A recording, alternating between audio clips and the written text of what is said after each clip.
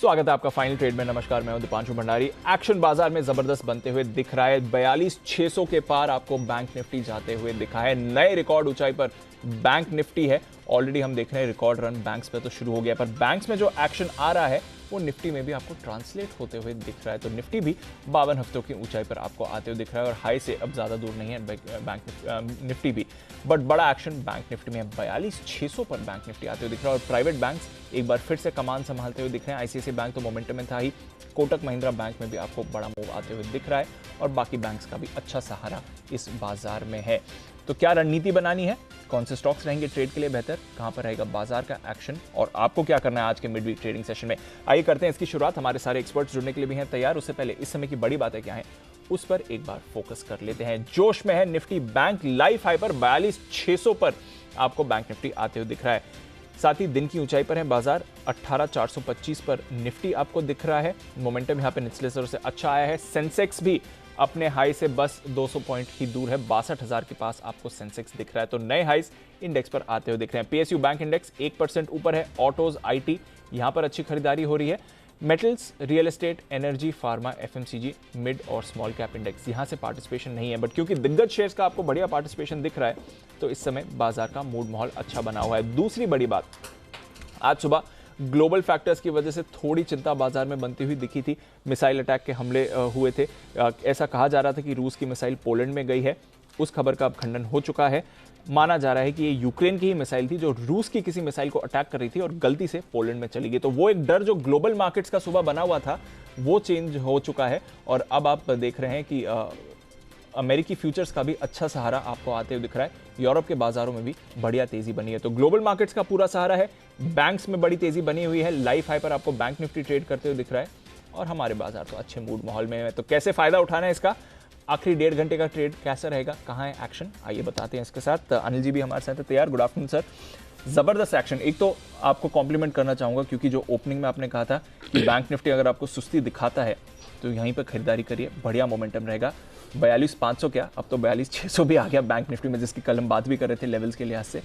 और दूसरा, बाकी बाजार में भी अच्छा एक्शन है। All is well, all is well, all is very well इस समय तो। नहीं, सिंपल है दीप। जिस चीज़ से डर लगा था कल अमेरिका को, अच्छी खासी मजबूती से ट्रेड कर रहे थे, अचानक से फिसल गए। वो तो ठीक ठाक रिकवर होकर बंद हुए। फिर जो सुबह सुबह माहौल ऐसा बना कि भाई जैसे फिर से मतलब है ना कुछ ऐसा हो जाने वाला है जो आपने हमने सोचा नहीं, कोई आउट ऑफ सिलेबस क्वेश्चन ऐसा आ रहा है जिसमें हम सब फेल होने वाले हैं। आज सुबह तो ऐसी फीलिंग थी, बिल्कुल एसजीएक्स देखकर या फिर डाउ फ्यूचर्स को देखकर। तो भाई वो जिस सवाल का डर था वो एग्जाम में आया नहीं है ना। तो बस ठीक है, हमारा काम हो गया। तो बैक टू नॉर्मल। मतलब अब ये है ना, मिसाइल वाला एपिसोड खत्म हो गया। हाँ, भूल भी गए। हाँ, मतलब यूक्रेन ने गलती से डाल दी थी और काम हो गया। अब उन्होंने गलती से डाली नहीं डाली, हमें उसमें जान के करना भी क्या है। हाँ। न बाइडेन साहब को मीटिंग करनी है, नहीं करनी है, न नेटो को कुछ एक्शन लेना है। पोलैंड वालों ने तो पहले बोल दिया हमारा कोई मतलब ही नहीं है, हमें लड़ना ही नहीं है। रूस ने पहले बोल दिया भाई मैंने नहीं छोड़ी, मेरी तरफ मत देखो, है ना। सो बस बात खत्म हो गई। अब खत्म हो गई तो अब हम फिर से वापस 2 घंटों के लिए बीच में लग रहा था वर्ल्ड वॉर 3 की बात चल रही थी, वहां से एक बड़ा रहा था। देखो क्या होता है, डर तब लगता है जब आपके पास कुछ हो। जिसके पास कुछ हो ही नहीं तो उसे डर के साथ कुछ आपके पास है ही नहीं तो आप खो क्या दोगे। तो जिसकी पोजीशन है वो डर लगेगा और लगना भी चाहिए। और कुछ लोगों को खुशी भी मिलती है कि हाँ हमें मौका मिलेगा, आज तो गैप डाउन ओपनिंग होगी। सो वो भी उम्मीद पे चलते हैं। But anyway, as of now everything is back to normal. सारे ग्लोबल संकेत वहीं रख दीजिए, पुराने संकेतों पे आ जाइए। बॉन्ड यील्ड देख लीजिए अमेरिका की, लाइए जरा सामने। डॉलर इंडेक्स ले आइए सामने, बिल्कुल। रुपए को जरा डॉलर के सामने दिखाइए और उसके बेसिस पे हम आगे की कार्रवाई शुरू करते हैं अगले 1.5 घंटे की। Done sir. So dollar index 106 के आसपास है। Thank you very much. Bond yield आपका कहाँ है, लाओ। ये रुपया हमारा 20-22 पैसे कमजोर है। थैंक यू, थोड़ा रिकवर हो गए, चलेगा, इतना जल लेंगे। 380 पर बॉन्ड यील्ड है। All is well, all is well. ठीक है सर, तो चलिए बढ़िया एक्शन है। यहाँ से बाजार की चाल इस पर करेंगे फोकस। अनिल जी आपको स्ट्रैटेजी भी देंगे, नई लेवल्स जो निकल डेटा में देख रहा हूँ, बात करेंगे। कल है ना एक्सपायरी, कल एक्सपायरी है 18,412। आज का लो है 18,350, पहले सपोर्ट से ही घूम गया। ठीक है, हाई है 18,442 का और बैंक निफ्टी पे 42,600 का। बैंक निफ्टी कमाल करने को तैयार है। बैंक निफ्टी दिख ही रहा था जिस दिन आपने बोला ना 44,000 तक कोई लेवल्स नहीं दिख रहे हैं, वो लग ही रहा था। वो एक बार में तो कभी ऐसा मूव होता नहीं। कम ही आता है। कल का हमारा लॉन्ग कॉल भी है 42,275 पर खरीदारी करने का। सो 475 वाले ये तो कल के सारे टारगेट आ गए, और अगर 42,200 का आपने कॉल ऑप्शन खरीदा है तो 450 तक के उसके भी टारगेट सारे आपके आ ही गए हैं। तो कल के टारगेट तो बैंक निफ्टी के आगे, लेकिन बैंक निफ्टी इतना जल्दी रुकेगा इसके संकेत है नहीं। जगह है अभी, जगह है। चलिए, तो बैंक निफ्टी पर जगह है, उस पर रखिए आप नज़र, स्ट्रैटेजी पर रखिए नज़र, डेटा रीडिंग भी आपको बताएंगे। आइए फोकस डालते हैं कुछ आने वाले इंपॉर्टेंट ट्रिगर्स पर और साथ ही आज की खबरों पर भी। कुशल और नुपुर हमारे साथ हैं तैयार। कुशल, गुड आफ्टरनून, बताएं ट्रिगर्स। गुड आफ्टरनून दीप। ट्रिगर्स में अभी भी हिंदुस्तान जिंक की बोर्ड बैठक होनी बाकी है। दूसरे अंतरिम डिविडेंड को लेकर कंपनी विचार करती हुई दिखेगी। साथ ही कीस्टोन रियल्टर्स रुस्तम जी, इसका आईपीओ आज बंद होने वाला है। साथ ही ग्लोबल इवेंट के लिहाज से अक्टूबर महीने का यूएस का रिटेल सेल्स और साथ साथ इंडस्ट्रियल प्रोडक्शन डेटा भी आएगा। 17 नवंबर कल के दिन में एसपी एपरल्स, इसका बायबैक बंद होने वाला है, तो यहाँ पर नज़र रखनी है आपको। साथ ही केन्स टेक्नोलॉजीज, इसके आईपीओ की अलॉटमेंट भी कल के दिन में हो जाएगी। एमआरएफ पेज इंडस्ट्रीज, जो डिविडेंड इन्होंने दिया था, उसकी एक्स डेट है। साथ ही ग्लोबल इवेंट के लिहाज से यूके का बजट आने वाला है, यूरोप का अक्टूबर महीने का सीपीआई आंकड़ा। तो दोनों ही इंपॉर्टेंट ट्रिगर्स आपको यूरोप और यूके से आते हुए दिखेंगे, और यूएस का अक्टूबर महीने का हाउसिंग डेटा भी आपके सामने रखा जाएगा। 18 नवंबर शुक्रवार को डीडीपीआई के नए नियम लागू होने वाले हैं, डीमैट डेबिट प्लेज इंस्ट्रक्शंस के। India's first private rocket Vikram S, ये भी लॉन्च होगा इसरो के द्वारा। और साथ ही टीसीआई डेवलपर्स, ये डीलिस्ट हो जाएगा एक्सचेंज रिकॉर्ड से। साथ ही जयश्री टी पर ध्यान रखिए, यहाँ पर बोर्ड की बैठक में नतीजों के साथ साथ इसकी डिमर्जर पर भी कंपनी विचार करती हुई दिखेगी। साथ ही रमा स्टील ट्यूब्स, यहाँ पर भी बोर्ड मीटिंग है, बोनस शेयर और साथ ही एक्विजिशंस पर यहाँ पर कंपनी विचार करेगी। और एक्रिसिल, इसका नाम बदलकर कैरिसिल हो जाएगा एक्सचेंजेस पर। तो ये 18 तारीख को होने वाला है। क्या बदलेगा इसमें? लेटर्स कैसे? वो ACR है, CAR हो जाएगा। AC की जगह CA। हाँ, इससे क्या होगा? एक्रिसिल की जगह कैरिसिल। हाँ, खाली A की जगह C की जगह, बस। हाँ। इसके लिए इतनी मेहनत क्यों? सब जगह बदलना पड़ेगा ना फिर तो नाम। वो सारे तो, उनके हाँ, हो गया है। रजिस्ट्रार ऑफ कंपनीज में तो हो ही चुका है, एक्सचेंजेस पे एक्सचेंजेस पे होगा, फिर हमारे सब सॉफ्टवेयर में होगा, हमारे सारे स्लग्स में होगा। ऐसा क्यों? तो ये बुलाओ, मैनेजमेंट को पूछो। हाँ, ये वाला। हाँ, तो इनवाइट करो, मुलाकात करते हैं अगले हफ्ते। ओके, तो एक्रिसिल हो जाएगा कैरिसिल। और क्यों हो गया है उन्होंने, ये भी आपको बताएंगे, मैनेजमेंट से बात करने की भी कोशिश करेंगे।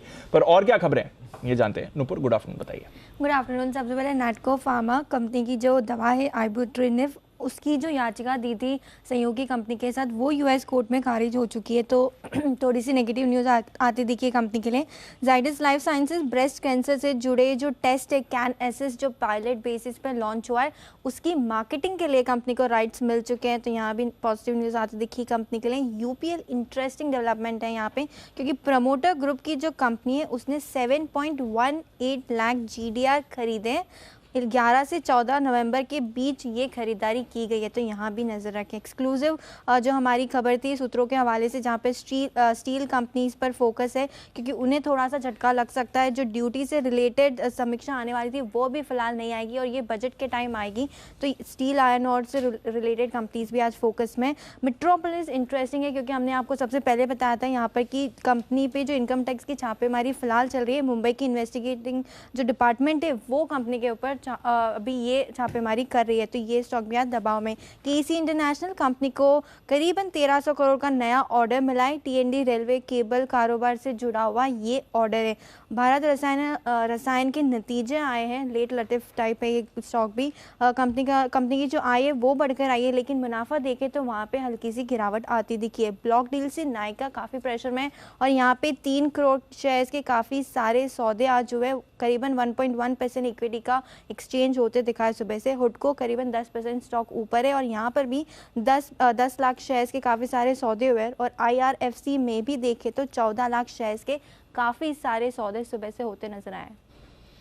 कुछ बड़ी ब्लॉक डील्स हो रही हैं। रेलवे स्टॉक्स एक बार फिर से अनिल जी सारे के सारे फोकस में आ रहे हैं। बड़ी तेजी इस स्पेस में बन रही है। आएंगे आज IRFC का दिन है। अब सबको समझ में आ रहा है। हमारे तो 45 रुपये में टैक्स मैकोरेल तब रिकमेंड किया था, तो उस समय 145 150 टीटागढ़ वैगन चलता था। सारे रेलवे स्टॉक्स देख लीजिए, ये तो सीजन है इनका, सीजन है इनका, बिल्कुल इनका सीजन है। सो उस सीजन पे आपको खरीदारी करनी होती है, सीजन की शुरुआत के पहले। आइए बढ़ते आगे, एक्सपर्ट्स का दमदार पैनल हमारे साथ कार्यक्रम में हो रहा है शामिल। करते हैं सभी का स्वागत, और स्वागत में पहला बिगुल किरण जी के लिए, किरण का कमाल।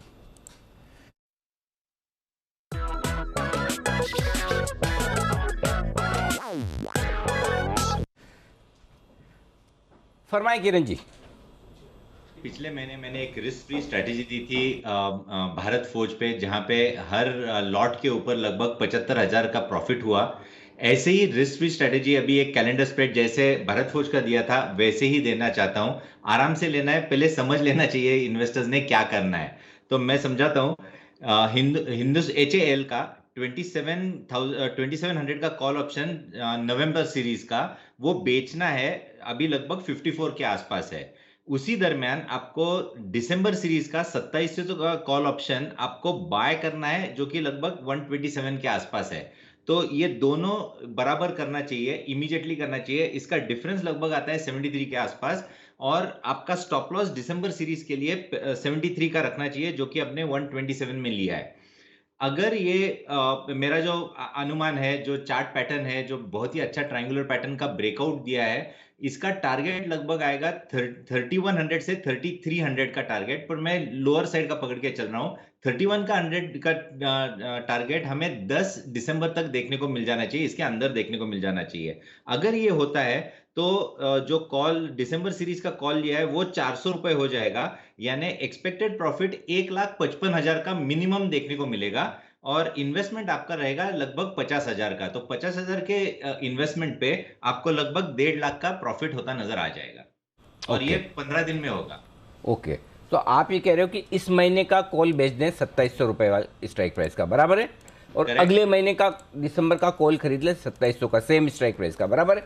बराबर है, बराबर। इस महीने का बेचेंगे 54 रुपए आएंगे, अगले महीने का बेचेंगे 127 रुपए देने पड़ेंगे, तो नेट कॉस्ट आ गई अपनी 73 रुपीज, बराबर है? करेक्ट। और 73 स्टॉप लॉस है, मैक्सिमम नुकसान इतना ही है, राइट? बिल्कुल। और 400 रुपए टारगेट है, करेक्ट? करेक्ट। ओके, तो ओके 50,000 का इन्वेस्टमेंट आप बोल रहे हो, लगभग 1,55,000 का मुनाफा हो सकता है अगर ये 400 रुपए तक पहुंच जाए तो, करेक्ट? बिल्कुल अनिल जी। ओके, सो आप बेसिकली जाते हुए तो 1 पैसा भी नहीं जाएगा। अच्छा, है, सॉरी, अगर स्टॉप लॉस ट्रिगर होता है तो 1 पैसा भी नहीं जाएगा। तो स्टॉप लॉस ट्रिगर होगा तो कैसे नहीं जाएगा? 73 रुपए तो लगे ना सर? नहीं अनिल जी, वो आ गया ना, इधर 54 पे आ गया ना, जो बेचा है। हाँ? डिफरेंस जो आएगा वो आ गया ना। नहीं 127 रुपए आप दे रहे हो, आज तो 54 ही रहा है सर, बाकी का किधर? तो 73 का डिफरेंस आ गया ना अनिल जी। हाँ, तो मैं वही बोल रहा हूँ, 73 रुपीज आप एक्स्ट्रा दे रहे हो, वो मैक्सिमम नुकसान है, करेक्ट? करेक्ट। पर 73 का मैं दिसंबर सीरीज का स्टॉप लॉस भी लगा रहा हूँ ना 73 पे। अच्छा, स्टॉप लॉस भी लगा रहे हो, ओके। अच्छा, दिसंबर सीरीज का जो आप खरीद रहे हो, समझ गया, 127 में जो आप खरीद रहे हो, अगर वो 73। अच्छा, एक चीज बताओ, अगर सेम स्ट्राइक प्राइस का आप खरीद रहे हो और बेच रहे हो, कैलेंडर स्प्रेड बना रहे हो, तो फिर मुनाफा 400 रुपए का कैसे हो जाएगा? अनिल जी, अगर इस सीरीज में नहीं चलता है और अगले सीरीज में चलता है, तो मेरा मानना है कि इधर से मेरा पहला टारगेट 3100 का है, दूसरा 3300 का है, तो मैं लोएस्ट पॉसिबल टारगेट से चल रहा हूं। 31 का टारगेट अगर आता है 3100 का, तो 400 रुपए प्रीमियम हो जाएगा। ठीक बात है, चलिए बढ़िया। तो कुल मिलाकर आप डाउन साइड को लिमिटेड कर रहे हैं और अप साइड आपकी खुली हुई है।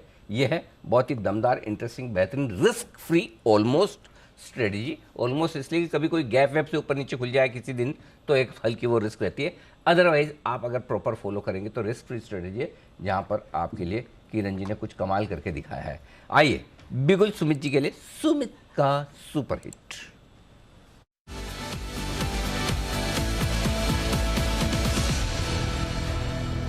सुमित जी फरमाए सर।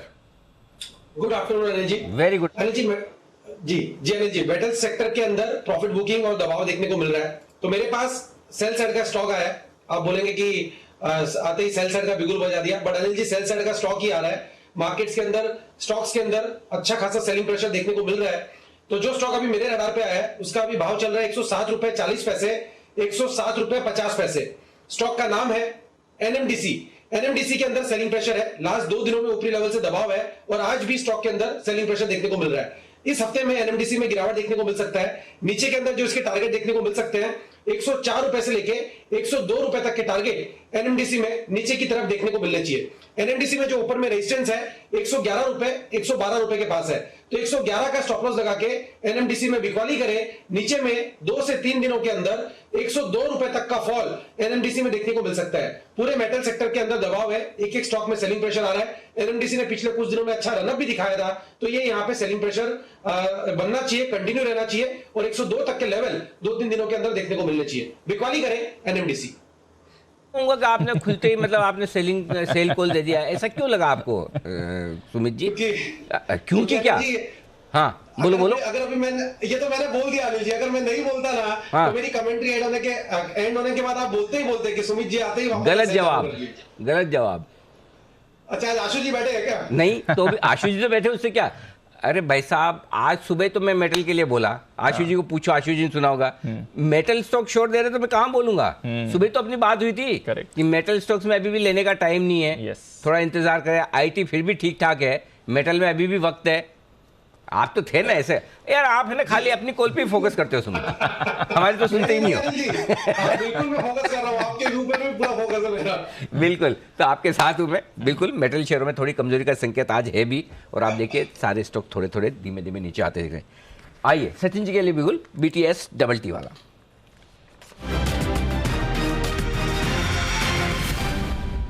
जी सर बताएं।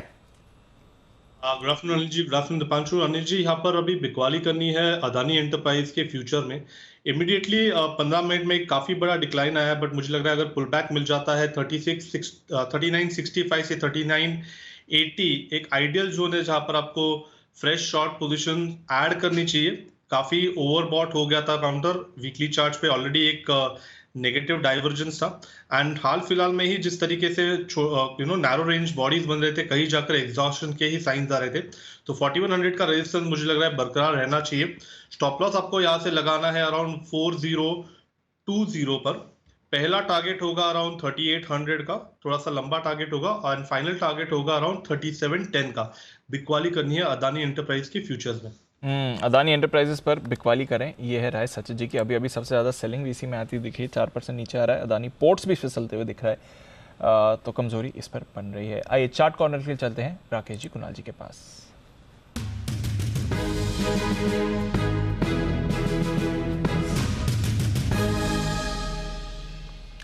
बताएं सर।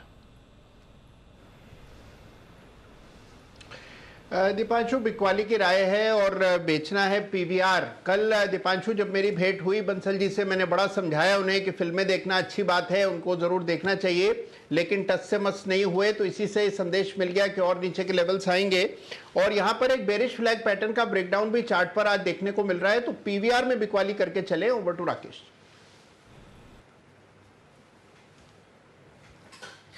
दिवांशु, देखें तो इसके अंदर एक ब्रेकडाउन देखने को मिल रहा है। पिछले 5-6 दिनों के लोस को स्टॉक ने क्रैक करा है, और अगर आप फ्यूचर का चार्ट देखें तो वो ज्यादा खराब है as compare to cash segment के चार्ट को। तो यहाँ पर 1793 के स्टॉप लॉस के साथ PVR में बिकवाली की राय है। 1740 पहला टारगेट है, 1725 दूसरा टारगेट है, और PVR हमारा सेल कॉल है। और दूसरा अनिल जी, ऐसा नहीं है कि जब हम जी बिजनेस पे नहीं होते हैं तो कोशिश होती है अनिल जी जी बिजनेस ही देखें। तो सुबह अनिल जी गाड़ी में मैं जी बिजनेस देख रहा था, जब आप पूछ रहे थे कुणाल जी से कि मैं कैसे बोलूंगा वो JT KET, तो अनिल जी मैं उसको वैसे ही बोलूंगा, जे को अलग बोलूंगा और बाकी सबको अलग करके बोल दूंगा अनिल जी। इंडिविजुअली अनिल जी अल्फाबेट्स को रीड करूंगा अनिल जी। कैसे बताओ अनिल जी? जे, फिर मैं बोलूंगा JTEKT। अब पता नहीं अनिल जी स्पेलिंग भी ठीक बोलेंगे नहीं बोलेंगे, बस ऐसे ही बोलता हूं। पहले गलत बोली थी, बोलूंगा अनिल जी। अभी वाली ठीक बोली। पहले मोटा मोटी बात पता है क्या है? देखिए अनिल जी, मोटा मोटी बात ये है कि नहीं मोटा मोटा ये है कि देखिए मैंने ठीक बोला गलत बोला दैट इज डिफरेंट। सामने वाले को समझ में आ गया तो अनिल जी पर्पस सर्व्ड है, मतलब कि डिलीवरी होगी अनिल जी ठीक ठीक। अच्छा जी कुणाल जी। अनिल जी, अनिल जी कहीं आपको ANIL ना बोलने लगे अनिल जी। इसीलिए मैंने नाम बड़ा आसान वाला रखा है, बंसल जी को ध्यान में रखते हुए मैंने नाम भी रखा है। क्या करेंगे? हाँ वहाँ तक तो ठीक है। दीपांशु का स्पेलिंग जब तक बोलेंगे शो खत्म होने आएगा।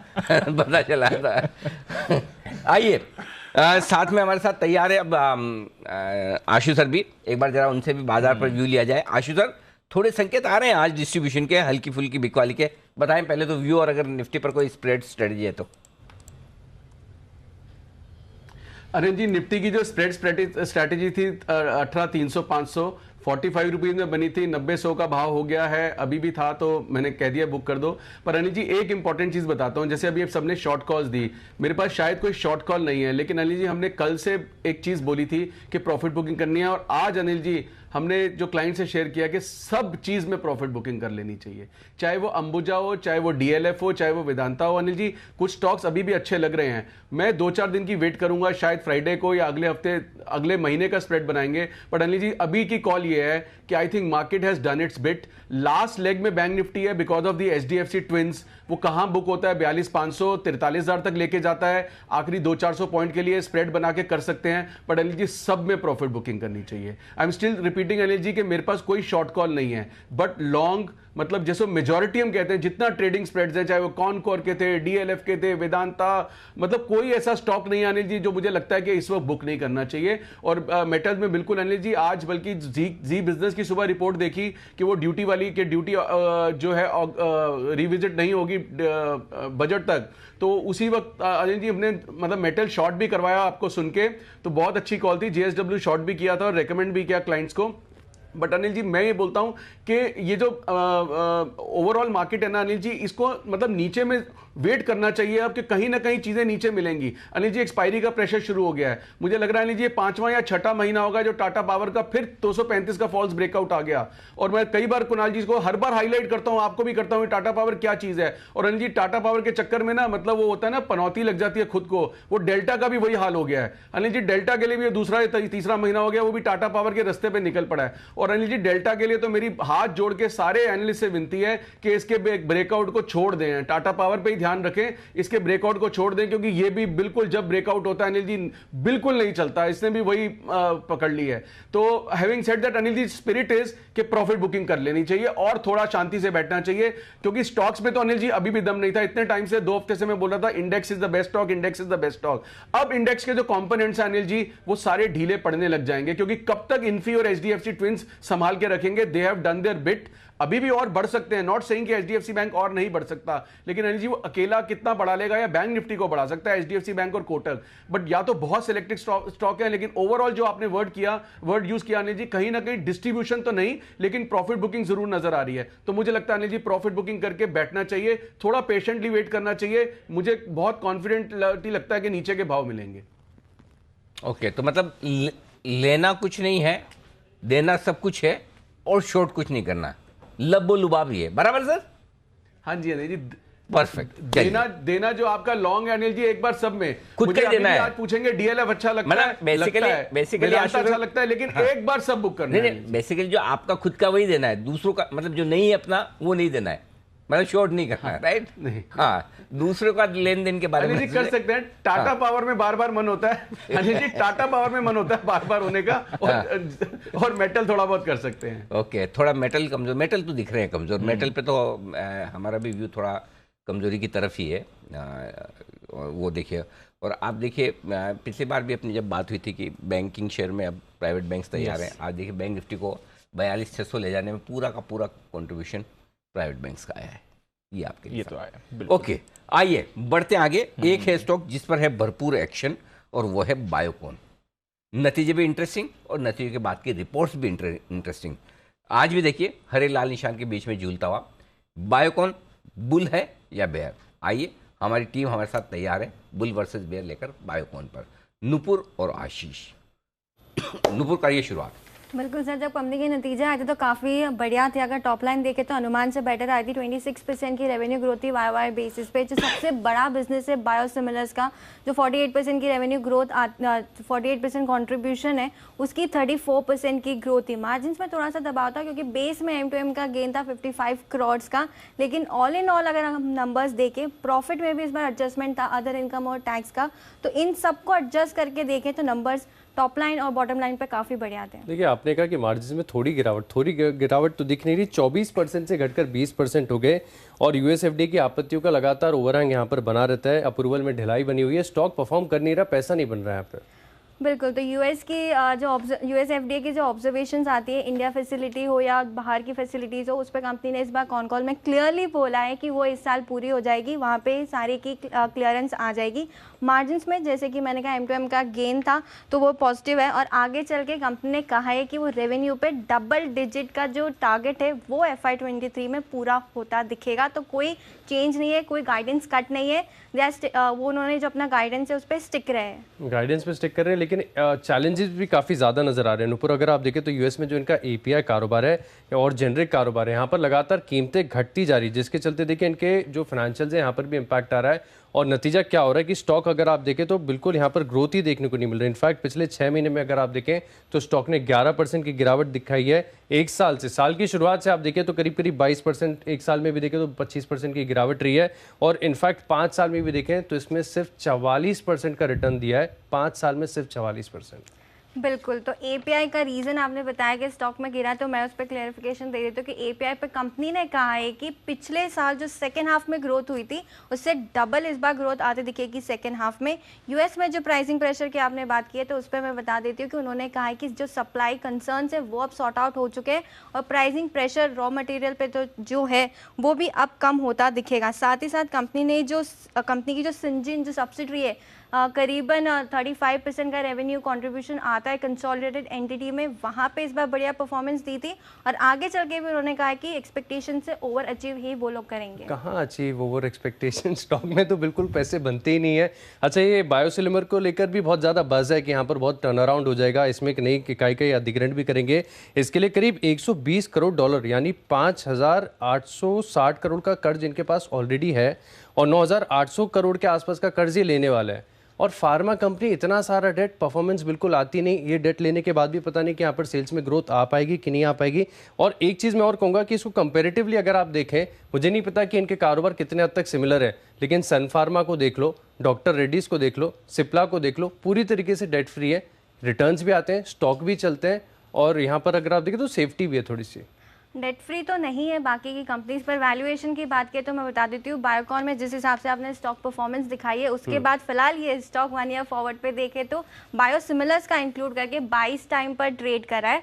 सन फार्मा अराउंड 26 टाइम होगा, डॉक्टर रेड्डीज 28 टाइम है और सिप्ला देखे तो 36 टाइम है। तो वैल्यूएशन डिस्काउंट है। इनफैक्ट 5 ईयर हिस्टोरिकल भी देखे बायोकॉन का तो वहाँ भी काफ़ी, पहले 45 टाइम्स पे ट्रेड करता था, फिलहाल 25-26 के पी देके थोड़ा सा ज़्यादा देके अगर रिटर्न बन जाए तो और क्या चाहिए। थोड़ा पेशेंस रखेंगे, बायोसिमिलर में ग्रोथ आएगी तो आपको वो भी दिख ही जाएगा। जी सर। तो आप कह रहे हैं कि आशीष में जरा भी पेशेंस नहीं है? बिल्कुल। आशीष ऐसा कैसे? सर पेशेंस है, ऐसी बात नहीं है, लेकिन यहाँ पर तो पैसे बनते ही नहीं है, बिल्कुल स्टॉक रिटर्न ही नहीं देता। और 22 का पी हो या 26 को क्या फर्क चाहने वाले लोग जो बायोकॉन को लेकर पेशेंस के साथ बैठे रहे वो इस दवा की कंपनी खरीदने के बावजूद पेशेंट बन गए। ओके, बायोकॉन, अब आप देखो बुल वर्सेस बेयर करना है तो दो तो मुझे पता है इसमें बेयर हैं। एक आशु जी होंगे पक्का ही और दूसरा होंगे राकेश जी। हाँ, ये जरा एक बार दिखा दें सबको स्क्रीन पे। मैंने सही अंदाज लगाया? आशु जी बेयर हैं आप इसमें बायोकॉन में? बंसल जी आपकी भी टिप्पणी पहले कहीं भी बड़ी सख्त हुआ करती थी इस कंपनी के बारे में। भाई अनिल जी, मेरी टिप्पणी अनिल जी आज भी वही है। मेरे को तो अनिल जी मतलब कि बीइंग अ फार्मा ग्रेजुएट, मुझे तो अनिल जी ये बायोसिमिलर का अनिल जी धंधा ही समझ नहीं आता है। मतलब कि टू मी ये तो एक फील गुड स्टोरी है। इसमें अगर कुछ देखना तो अनिल जी इसकी दूसरी कंपनी को देख लें, सिंजिन को। और मैं जब अनिल जी अपने बुल वर्सेस बियर करा तो मेरा इंटरेस्ट अनिल जी ये देखने में था कि वरुण तो बियर बन के नहीं आ रहे हैं। तो जब वरुण नहीं थे तो मेरे को थोड़ी राहत की सांस ली मैंने। बट अनिल जी क्या कहते हैं, मैं बिल्कुल अनिल जी आशीष के साथ हूँ और ये अनिल जी टू मी ये it's only a feel good story Anil ji, feel good story, feel good factor है, तो दूर रहने की राय है मेरी। अच्छा, कोई बुल है बायोकॉन में इस वक्त चार्ट्स के लिहाज से, अदरवाइज कोई? सुमित जी, कुणाल जी, किरण जी, जय और सचिन जी में से नहीं, कोई भी नहीं? ओ माय गॉड, 2-0 से डिफीट। 2-0 से डिफीट। बायोकॉन आशु सर कुछ कहना चाहते हैं? जी आशु सर। अनिल जी, मैं बायोकॉन के लिए आपको ध्यान दिला दूं, वो एक मेरा पुराना डायलॉग था कि बायोकॉन एनबीएफसीज का एल&टी हाउसिंग फाइनेंस है और एल&टी हाउसिंग फाइनेंस फार्मा का बायोकॉन है। तो अनिल जी, ये दो स्टॉक्स ना, ये एक दूसरे से ऐसे जुड़े हुए हैं क्योंकि कोई दूर दूर से रिश्ता नहीं है। लेकिन अनिल जी, ये कभी ना चलने वाले स्टॉक हैं और जितना मर्जी कुछ आ जाए अनिल जी, इसमें कहीं ना कहीं कभी ये फार्मा के चलते में इसमें लोग फंसते हैं, कभी बायोकॉन के अपने रिजल्ट के चलते में फंसते हैं, कभी इसे और चलते हैं कि वर्स्ट इज ओवर फंसते हैं। अनिल जी, सारे पैसे लोगों के लगे ही लगे हैं इसके अंदर और कहीं पे भी एक पैसा नहीं बना जी, जो मतलब बड़े बड़े लॉसेज हुए हैं इसमें और उसमें। तो ये दोनों स्टॉक को अनिल जी मैं कोरिलेट एक दूसरे सेक्टर का रेफरेंस देके बोलता हूं, तो मेरे हिसाब से तो अनिल जी ये बिल्कुल किसी भाव पे नहीं लेने चाहिए। अब किसी भाव पे अनिल जी कहीं से मतलब तो थोड़ा बहुत बाउंस बैक आ जाए तो लोग वो कहने लग जाते हैं कि नहीं जी बायोकॉन खराब है। 4 साल हो गए अनिल जी खराब है, तो मतलब 4 साल में अगर कोई 4 दिन किसी दिन चल जाएगा तो क्या Anil ji overall scheme of things में देखना चाहिए चीज को। ओके, तो बिल्कुल खरीदारी का मन बनाए ना, ये है राय आपके लिए बायोकॉन पर आती है। बिल्कुल जबरदस्त सेक्शन है। ओके, तो बायोकॉन वैसे बुल मिलेंगे नहीं सर इसमें, बहुत कम मिलेंगे, रेयर। हाँ, वो भी टेक्निकल बाउंस बैक कभी आ रहा हो तो उसके लिए। हाँ, आइए सेठी साहब ने तैयार और जुड़ेंगे थोड़ी देर में। तब तक आइए एक बिगुल सुमित जी के लिए, सुमित का सुपर हिट।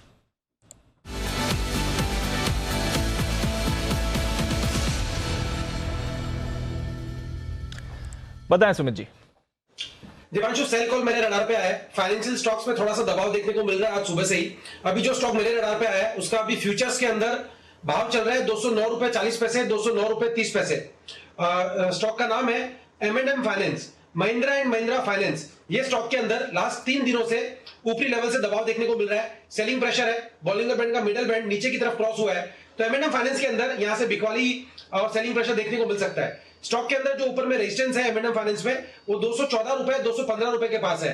फ्यूचर्स के अंदर 215 का स्टॉप लॉस लगा के यहाँ पे CMB पे बिकवाली करें। नीचे में जो टारगेट देखने को मिल सकते हैं, 202 रुपए का पहला टारगेट होगा, 200 रुपए का इसके अंदर दूसरा टारगेट होगा, जो कि 1 से 2 दिनों के टारगेट्स होंगे। ऑप्शन के जरिए भी यहाँ पे ट्रेड लिया जा सकता है। M&M फाइनेंस का 205 वाला पुट अभी 2 रुपए 70 पैसा 75 पैसे पे ट्रेड कर रहा है, इसको लेने का सलाह रहेगा। 1 रुपया 60 पैसा ये नीचे पे स्टॉप लॉस लगाना है। 3 रुपया 80 पैसा और 5 रुपया ये ऊपर में M&M फाइनेंस के 205 के पुट के टारगेट होंगे। फ्यूचर्स के अंदर 202 रुपए से लेके 200 रुपए तक के लेवल ट्रेडिंग के लिहाज से 1-2 दिनों में देखने को मिल सकते हैं। बिकवाली करे M&M finance. Okay, M&M finance में करें बिकवाली, ये राय आपके लिए सुमित जी की तरफ से। 215 का स्टॉप लॉस, 202 और 200 तक के टारगेट के लिए करनी है आपको बिकवाली। आइए बढ़ते आगे, करते हैं मुलाकात सेठी साहब से, सदाबहार सेठी साहब की short term pics.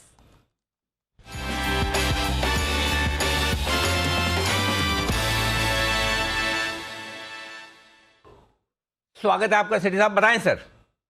Good afternoon Anil ji, good afternoon Deepanshu. Anil ji, 2 stock का दोनों कैश मार्केट के डिप में खरीदारी करने की सलाह। बताएं सर। पहला अनिल जी, आज एक शुगर स्टॉक है। शुगर सेक्टर में आज एक अच्छी तेजी चल रही है, सभी स्टॉक अच्छे कर रहे हैं। तो यहाँ से आज मैंने पिक किया द्वारकेश शुगर को, जो अभी 94 के लेवल्स पे ट्रेड करता है।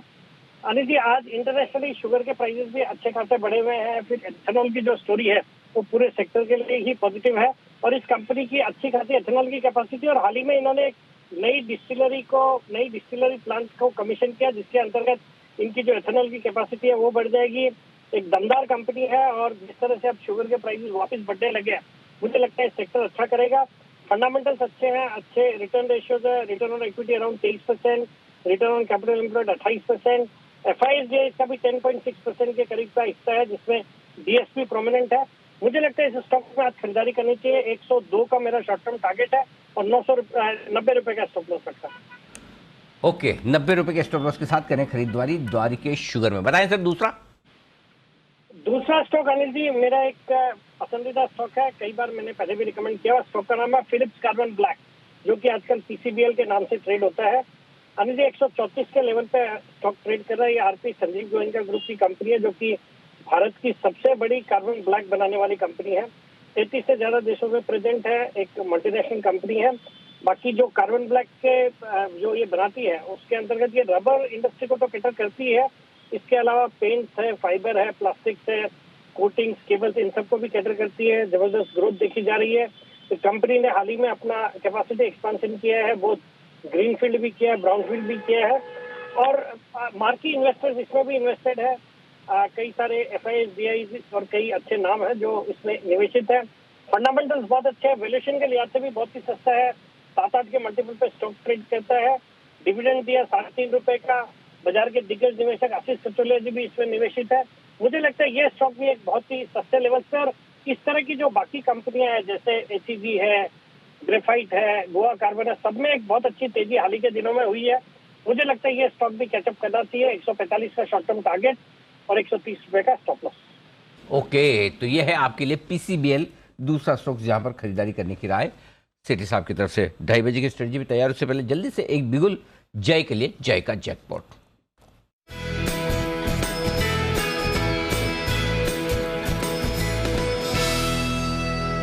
बताएं Jay. Good afternoon to you Anil ji and good afternoon to you Deep. Anil ji, financials में से फेडरल बैंक मुझे वीक लग रहा है। इसका इन द मनी स्ट्राइक का पुट ऑप्शन खरीदे 135 के स्ट्राइक का, जो भी ट्रेड कर रहा है 3 रुपए 40 पैसे, 3 रुपए 50 पैसे के रेंज में, 3.40 3.50 ये रेंज में 135 के स्ट्राइक का put option, in the money strike का पुट ऑप्शन फेडरल बैंक का ट्रेड कर रहा है। इसको अनिल जी खरीदिए। इसके टारगेट्स बहुत ही बढ़िया निकल कर आ रहे हैं। पहला टारगेट बन रहा है 6 रुपए का and second target would be 7.40। So 6 and 7.40 अच्छे टारगेट्स अनिल जी, अगर आप देखें मोर देन डबल के निकल कर आ रहे हैं। और स्टॉप लॉस जो है that can be placed at 1.90। यहाँ पे अगर आप देखें तो प्रीवियस जो रीसेंट लोज बने थे 133.40 के आसपास के जी, वो ब्रेक हुए, डाउन ट्रेंड कंफर्म हुआ है, मोमेंटम में सेल देखने मिल रहा है और लॉन्ग अनवाइंडिंग भी देखने मिल रहा है। So this is one of those banking stocks जहां पे क्लियर कट एक वीकनेस है जी।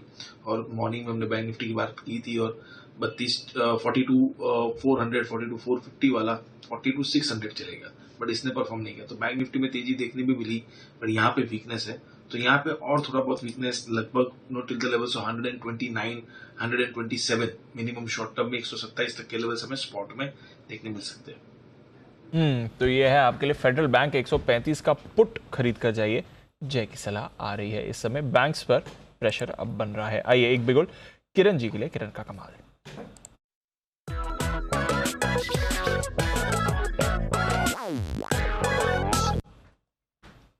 बताएं सर। दीप, एक एंड ऑफ डे चार्ट्स पे एक बहुत ही अच्छा ट्रेंड रिवर्सल प्राइस पैटर्न जिसको हम हेड एंड शोल्डर कहते हैं उसका ब्रेक डाउन देखने को मिल रहा है। ये बेरिश सिग्नल होता है और पिछले 3 महीने के डिस्ट्रीब्यूशन के बाद ये हो रहा है। तो मेरा मानना है कि ये तरह से इसका इंपैक्ट थोड़ा सा ज्यादा होना चाहिए। बेचना है Bajaj finance. Bajaj finance current market price से ही बेचना है। आपका स्टॉप लॉस रहेगा 3960 का, वो स्ट्रिक्ट रहेगा आवरली क्लोजिंग बेसिस पे। और मैंने टारगेट्स काफी बड़े, पहला 6800 का, दूसरा 6700 का और तीसरा 6650। ये तीसरा जो टारगेट है वो 3 से 4 दिनों में देखने को मिलेगा, पर पहले 2 कल, आज और कल तक में ही देखने को मिल जाने चाहिए। ओके, तो कई सारी सेल कॉल्स आपके लिए एक साथ आते हुए दिख रही हैं। किरण जी एक बार जरा लेवल्स फिर से बता देंगे। 6960 का आर्ली क्लोजिंग बेसिस। पहला टारगेट रहेगा 6800, दूसरा रहेगा 6700 और तीसरा जो कि 4 से 5 दिन का वक्त देना चाहिए 6650। ओके, आज सुबह कुणाल जी की तरफ से भी सेल कॉल आई थी बजाज फाइनेंस पर। उसके बाद हमने वागिल साहब ने बजाज फिनसर्व दिया था और कुणाल जी ने बजाज फाइनेंस दिया था 6980 पे। कुणाल जी के तो टारगेट भी आ रहे होंगे। कुणाल जी आपके टारगेट 6800 6600 होल्ड करें इसको? अरे जी होल्ड करें, बिल्कुल करें। और अब किरण जी ने भी इस पर मोहर लगा दी। अनिल जी, किरण जी का ये एकाधिकार है इस पर, वो थे नहीं सवेरे इसलिए मैंने दिया था। तो अनिल जी 6800 6600 दोनों लेवल्स आते हुए दिखेंगे, तो मैं पूरी तरह सहमत हूं अनिल जी उनसे। ओके, तो बजाज ट्विंस इस पर रखें फोकस। दोनों काउंटर्स गिरते हुए आपको दिख रहे हैं। आइए बाजार पर जो ये अभी सेलिंग का प्रेशर आया, स्पेशली निफ्टी पर। बैंक निफ्टी अभी भी 100 पॉइंट ऊपर है, निफ्टी पर कुछ फाइनेंशियल्स पर आया है। समझते हैं इसके बारे में क्या करना है। अनिल जी की मार्केट स्ट्रैटेजी।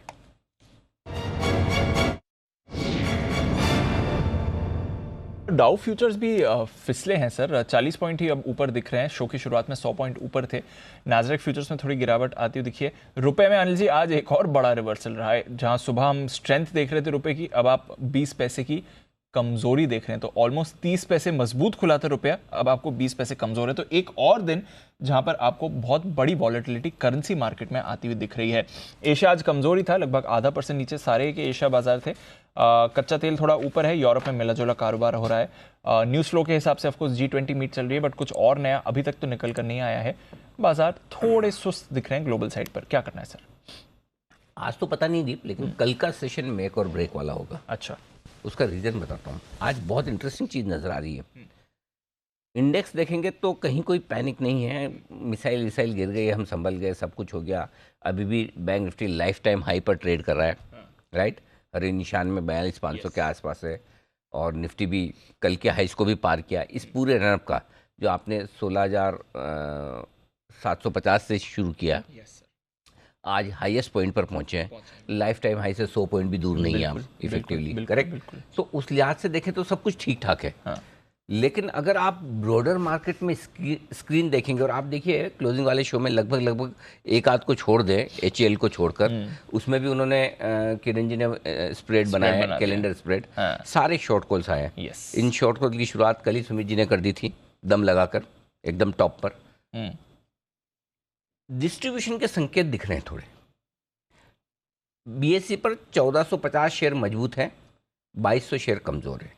NSE पर 750 शेयर मजबूत है, 1275 शेयर कमजोर है। इससे आप समझिए कि इंडेक्स नहीं गिर रहा, लेकिन स्टॉक्स में सप्लाई आ रही है। अब एक नॉर्मल प्रॉफिट बुकिंग हो सकती है, एक शार्प रनअप के बाद लाइफ टाइम हाई के आसपास जब आप पहुंच रहे हैं, होनी भी चाहिए।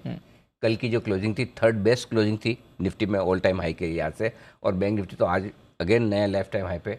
तो एक आध दिन का आज या कल का हो सकता है एक्सपायरी तक का थोड़ा प्रेशर है, थोड़ी प्रॉफिट बुकिंग रहे, और वो मैं इसलिए कह रहा हूँ डेटा में दिख रहा है। कैसे?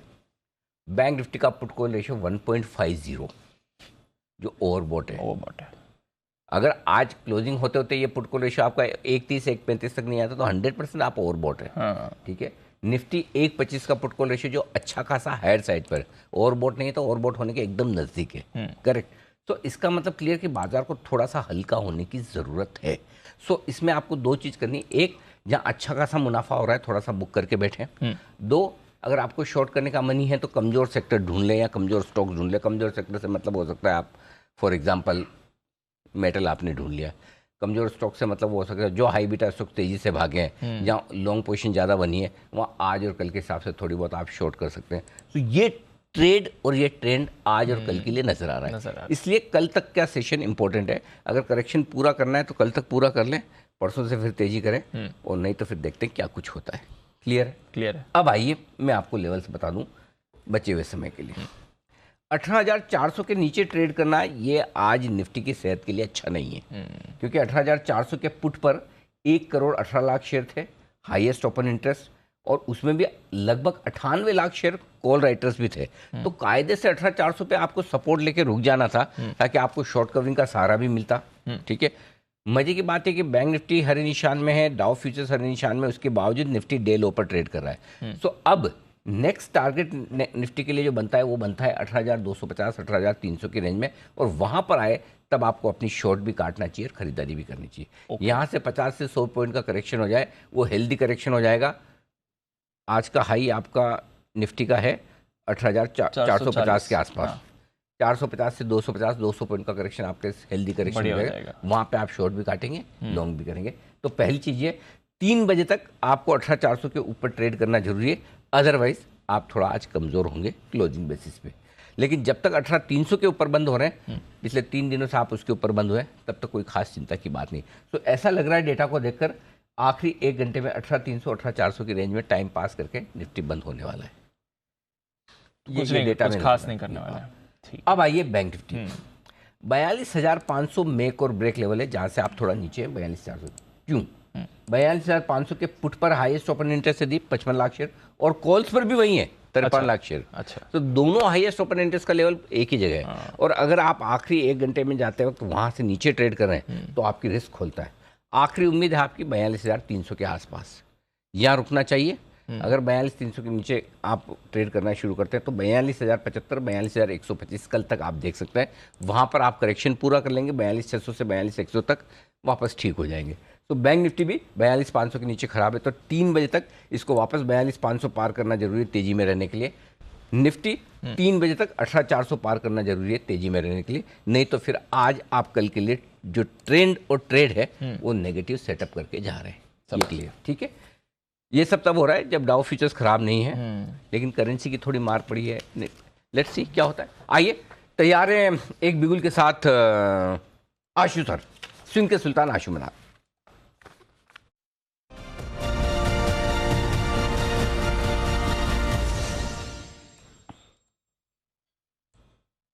बताएं सर।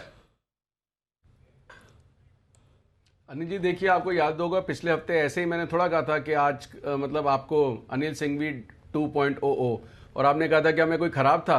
तो अनिल जी विराट कोहली भी खराब नहीं था, एक्सपेक्टेशन बहुत ज़्यादा थी। तो अनिल जी आज मैं भी और कॉम्प्लीमेंट देता हूं, मैंने तो प्रॉफिट बुकिंग बोली, आपने डिस्ट्रीब्यूशन वर्ड पहले मुझसे पहले यूज़ किया था। तो हमने तो कहा था सब कुछ बेचना है। तो अनिल जी एक ना कल के लिए अभी जो बैंक निफ्टी में तो स्ट्रेंथ है, लेकिन निफ्टी में और गिरावट हो सकती है। उसके लिए अनिल जी बहुत ही एक प्यारा स्प्रेड सामने आया है जो मैं आपसे शेयर कर रहा हूं। अभी अनिल जी निफ्टी चल रहा है 360-65 का स्पॉट चल रहा है। 350 का अनिल जी वो लेना है एक पुट, और 250 के 2 बेचने हैं। ये अनिल जी 1:2 स्प्रेड बनाना है, कॉस्ट है सिर्फ 10 रुपए। तो अनिल जी 10 रुपए तक मैं नीचे कल 200 पॉइंट तक सेफ हूं। अगर आज की फॉलोअप सेलिंग में कल कुछ होता है या ब्रेकडाउन होता है या ये डिस्ट्रीब्यूशन आगे चलती है और तो अनिल जी मुझे लगता है कि ये जो 10 रुपए हैं ये मतलब ये तो 100 भी हो सकते हैं, मतलब बहुत जैकपॉट लग सकता है। तो अनिल जी अभी हमने जैसे बुल स्प्रेड से 45 रुपीज बनाए हैं, तो ऐसे में हम अनिल जी 45 रुपए में 10 रुपए खर्च करने में कोई प्रॉब्लम नहीं है। लगता है मार्जिन की अनिल जी दिक्कत आती है, बट बाकी जो हम तो कॉस्ट देखते हैं कि कमाया क्या, लगे कितने पैसे हैं। तो सिर्फ 10 रुपए में अनिल जी 18,350 की एक पुट लेनी है, 18,250 की 2 पुट बेचनी है। ऊपर में कोई लॉस नहीं होगा, नीचे में 18,150 तक सेफ है कल के लिए। यहां से 100 पॉइंट की और नीचे गिरावट आ गई तो अनिल जी 10 रुपए 100 रुपए देके जाएंगे। तो बहुत अच्छा स्प्रेड है, इसके साथ जाना चाहिए। और दूसरी चीज अनिल जी जो अभी आपने बिल्कुल बोला कि broader market, exactly Anil ji point है कि स्टॉक्स नहीं चल रहे, सिर्फ इंडेक्स को संभाला हुआ था, इसलिए इतने दिनों से हम इंडेक्स कर रहे थे। बट आज अनिल जी ये था कि बस अब चाहे वो अदानी पोर्ट हो, चाहे वो अंबुजा हो, चाहे वो डीएलएफ हो, कुछ भी अच्छा लगता है अनिल जी, अच्छे लगते हैं, खराब नहीं है, लेकिन एक बार सब में हमने बोला सब में प्रॉफिट बुकिंग करनी है। ओके, तो प्रॉफिट बुक करें, इंतजार करें और बनाएं एक स्प्रेड। 18,350 का एक पुट खरीदें, 18,250 के 2 बेचें, 10 रुपए की आएगी कॉस्ट। ये है आपके लिए स्ट्रेटेजी इस वक्त आशु सर की तरफ से। आइए 2:45 वक्त है बस इंसाफ से मुलाकात करने का।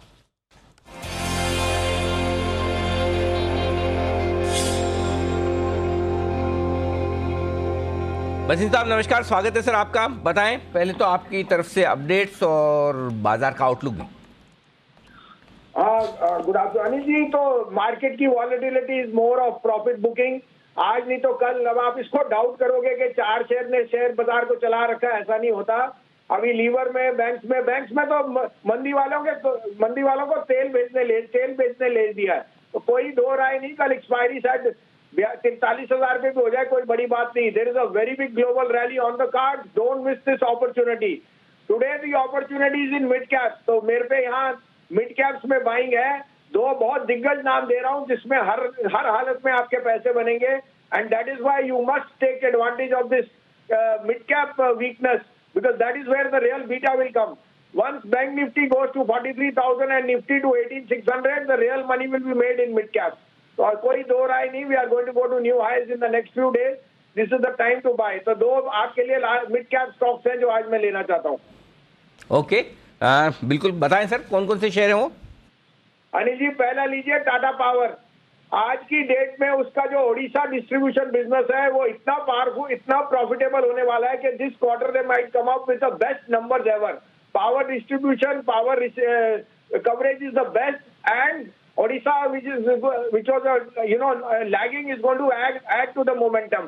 223 पे लीजिए, 217 का टारगेट स्टॉप लॉस है, 235 का टारगेट। दूसरा मेरा फेवरेट जो इस क्वार्टर में सेल्स आएगी गोदरेज प्रॉपर्टी की, highest ever in the history आएगी। उन्होंने अभी आपको बताया 500 करोड़ पुणे में बेचा है, और आप उनके नंबर्स देखेंगे तो यू विल बी अगास्ट के क्या पॉजिटिवली है।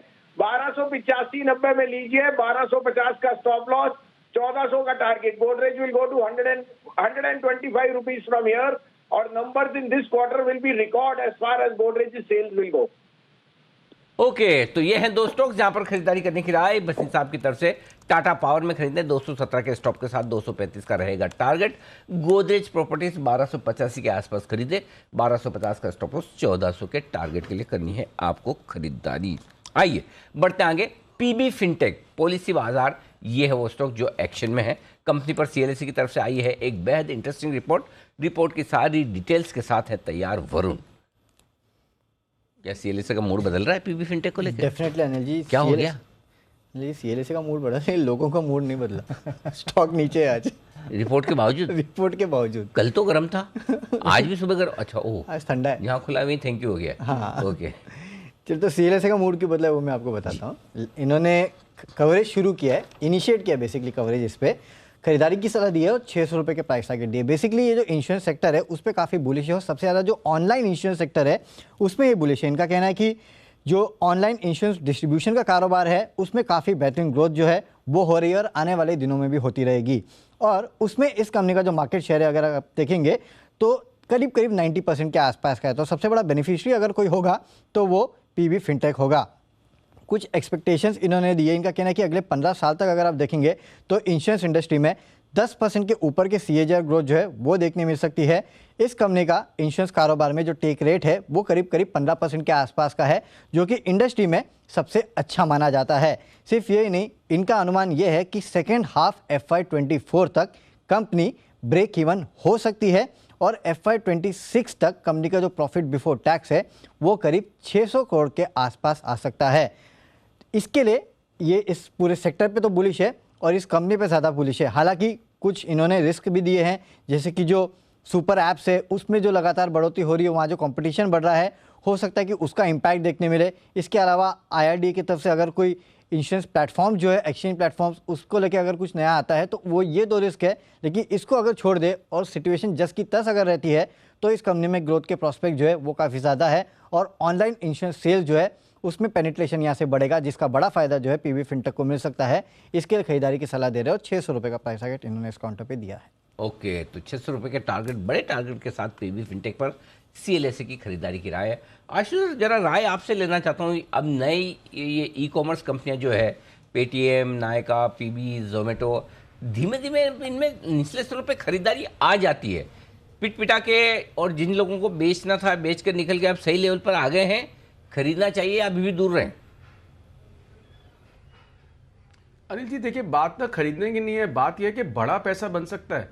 अनिल जी, हम कोई भी स्टॉक लेते हैं, मतलब ये मैं इन्वेस्टर के पॉइंट ऑफ व्यू से बात कर रहा हूं, तो हम इसलिए लेते हैं कि ये मल्टी बैगर स्टोरी हो सकती है, मतलब 3x 2x उस तरह की अगर मिनिमम बात हो, तो इनमें क्या वो x नजर आता है? एक तो मैं मतलब इसमें बॉटम ढूंढता रहूं, उसमें जरा सी भी चूक कर जाए तो पैसे लग जाएं, तो मैं उससे अनिल जी उसका तो एग्जांपल देता हूं ना कि जो स्टॉक मंदी में हो, मतलब येस बैंक बियर मार्केट में है अनिल जी, जाने में कुछ नहीं है, 13 में भी नहीं गया था, 14, 15, 16, 17 धीरे धीरे बढ़ रहा है। और बार बार बोलता हूं आइडिया वालों को कि येस बैंक में कन्वर्ट करके रख लें।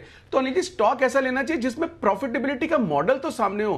पेटीएम का तो मुझे मॉडल समझ नहीं आता अनिल जी, मुझे जोमेटो का समझ आता है। आज सुबह अनिल जी आप एक और बात कर रहे थे डिलीवरी की। डिलीवरी भी अनिल जी अगर आप लोगों से बात करेंगे अनिल जी, वो इतना अच्छा मॉडल आज की मुझे दिख रहा है। जितने भी हम ऑनलाइन मंगवाते हैं अनिल जी, वो डिलीवरी 90% डिलीवर कर रहा है, पिकअप उनकी बहुत फास्ट है, और अनिल जी उनके जो रिटेंशन ऑफ मैन पावर है, अगर आप नोटिस करेंगे, आप लोगों से पूछेंगे, वही लोग बार बार डिलीवर करने आ रहे हैं। मतलब अमेज़न में तो अनिल जी क्या होता है कि अगर दिन में 3 पैकेट आ रहे हैं, 3 जा रहे हैं, तो तीनों अलग अलग लोग लेके आ रहे हैं, रिटर्न तीनों अलग अलग लोग लेके जा रहे हैं। तो मतलब ये मैं कॉस्टिंग का वो बता रहा हूं। मुझे लग रहा है डिलीवरी कहीं जो लॉजिस्टिक्स सेक्टर में ना बहुत अच्छे से मैनेज कर रहा है, और आज सुबह इसके आप बात कर रहे थे। तो अनिल जी मॉडल, कोई मॉडल समझ के वो स्टॉक न्यू एज में, आप सबको ई कॉमर्स में नहीं कि सब ई कॉमर्स में लेना चाहिए। जैसे मैंने बोला पेटीएम मुझे बिल्कुल समझ नहीं आता, किसी भाव पे समझ नहीं आता, लेकिन जोमेटो समझ आता है। अनिल जी आप जोमेटो में उनका प्रो था जिसमें डिलीवरी चार्जेस 0 थे अगर प्रो मेंबर हो। अनिल जी वो 1 साल के बाद उन्होंने प्रो बंद कर दिया, अब आपको एडिक्शन हो चुकी है डिलीवरी चार्जिंग के बाद भी आप वो कर रहे हैं। तो अनिल जी जहां ये जो क्रिएटिव माइंडसेट चल रहा है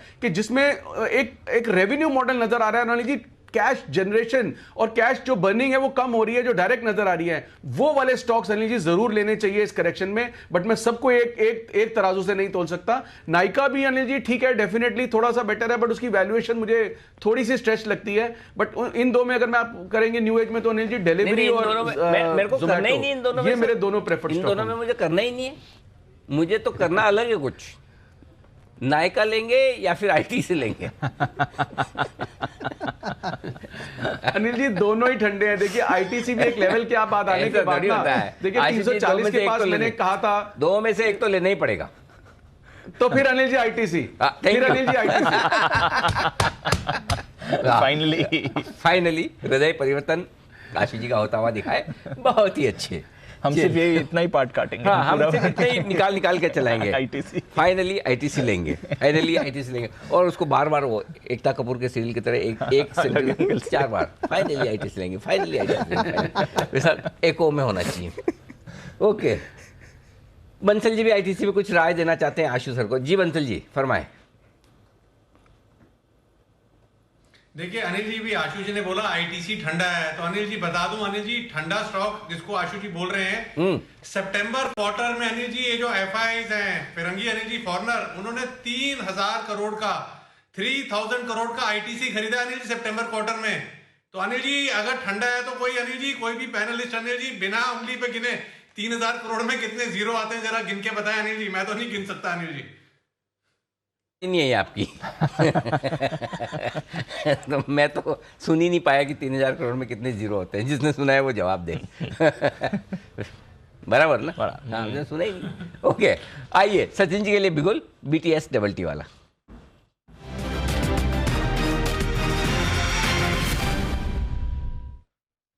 बताएं सर। यहाँ पर अभी बिकवाली करनी है अल्ट्राटेक सीमेंट के फ्यूचर्स में, लगभग एक आउट परफॉर्मर था, एंड जिस तरीके से सुबह के गेंस इसने गिव अप किए, प्लस 6900 का जो एक इम्पॉर्टेंट लेवल था वो वापस इसने रिविजिट किया है। कल का स्विंग लो भी ब्रेक कर दिया, तो मुझे लग रहा है यहाँ पर भी डिस्ट्रीब्यूशन हावी होना चाहिए। सो जिस तरीके से स्ट्रक्चर है फिलहाल इसके फ्यूचर्स ट्रेंड हो रहे हैं लगभग अराउंड 6925 के आसपास। स्टॉप लॉस आपको लगाना है लगभग अराउंड 6956 का, एंड नीचे मुझे लग रहा है इमीडिएटली 6800 के आसपास के स्विंग्स कंफर्टेबली बनने चाहिए। ओके, तो अल्ट्राटेक सीमेंट यहाँ पर बेचने की राय है फ्यूचर्स में आपके लिए आती हुई सचिन जी की तरफ से। बेचें 6800 का पहला टारगेट होगा, एक ही है पहला, क्या एक ही टारगेट दिया 6800 का, 6956 यहाँ पर आपको लगाना है स्टॉक। एक और स्टॉक है जो आज बड़े एक्शन में, जनरली इसका जिक्र नहीं होता लेकिन आज एक्शन में है तो जिक्र हो रहा है, TCNS क्लोथिंग। ज़्यादा पुरानी नहीं, हाल ही की लिस्टेड कंपनी है, हाल ही की भी नहीं कह सकते, साल भर से ज़्यादा हुआ होगा थोड़ा बहुत। तो इस स्टॉक में है 9% की बड़ी तेजी। इस तेजी की वजह बता रही है नूपुर बताएं।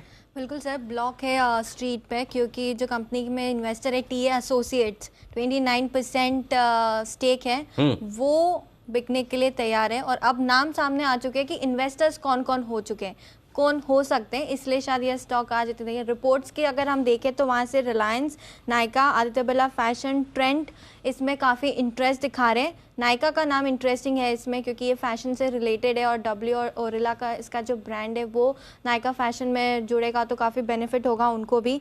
साथ ही साथ प्राइवेट इक्विटी जो फंड्स है TPG कैपिटल और एडवेंट इंटरनेशनल, इन्होंने भी हिस्सेदारी खरीदने में रुचि और दिलचस्पी दिखाई है। 3-4 महीने से इस पर बातें हो रही थी, लेकिन अब ये नाम सामने आए तो काफ़ी पॉजिटिव ये दिख रहा है। और साथ ही साथ एक और चीज़ है, अगर ये डील होती है तो एक ओपन ऑफर ट्रिगर होगा जहाँ 26% स्टेक आएगा पब्लिक शेयर होल्डिंग में से, तो ये भी एक इंटरेस्टिंग डेवलपमेंट है।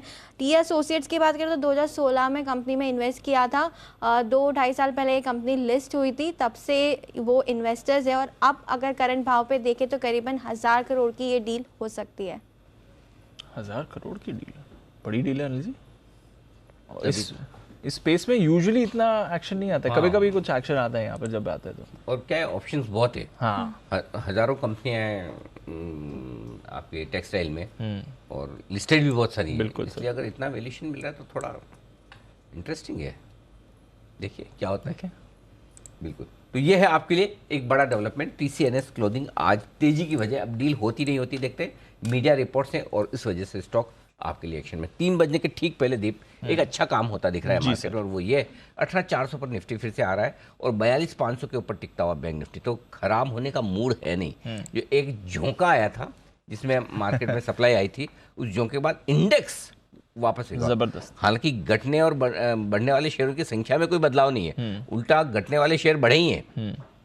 जो शेयर कमजोर है उनका नंबर बढ़ा ही है, लेकिन इंडेक्स में अच्छी रिकवरी आई है। तो डाउ फ्यूचर्स को देखते हुए इंडेक्स कमजोर होने का नाम नहीं ले रहा। अच्छी बात ये दीप कि 42,500 के ऊपर बैंक निफ्टी बंद होने को तैयार होता दिख रहा है, और निफ्टी भी 3 बजे ठीक 18,400 के लेवल पर फिर से आता दिख रहा है। ओहो, अरे वाह, फुल फ्रेम में दिखाओ तस्वीर, ये तो देखने लायक तस्वीर। प्रधानमंत्री जी और ब्रिटेन के प्रधानमंत्री ऋषि सुनक साहब दोनों मुलाकात कर रहे हैं बाली में। तो ये है तस्वीर, पहली मुलाकात है। पहली मुलाकात, बिल्कुल, वाह, wonderful.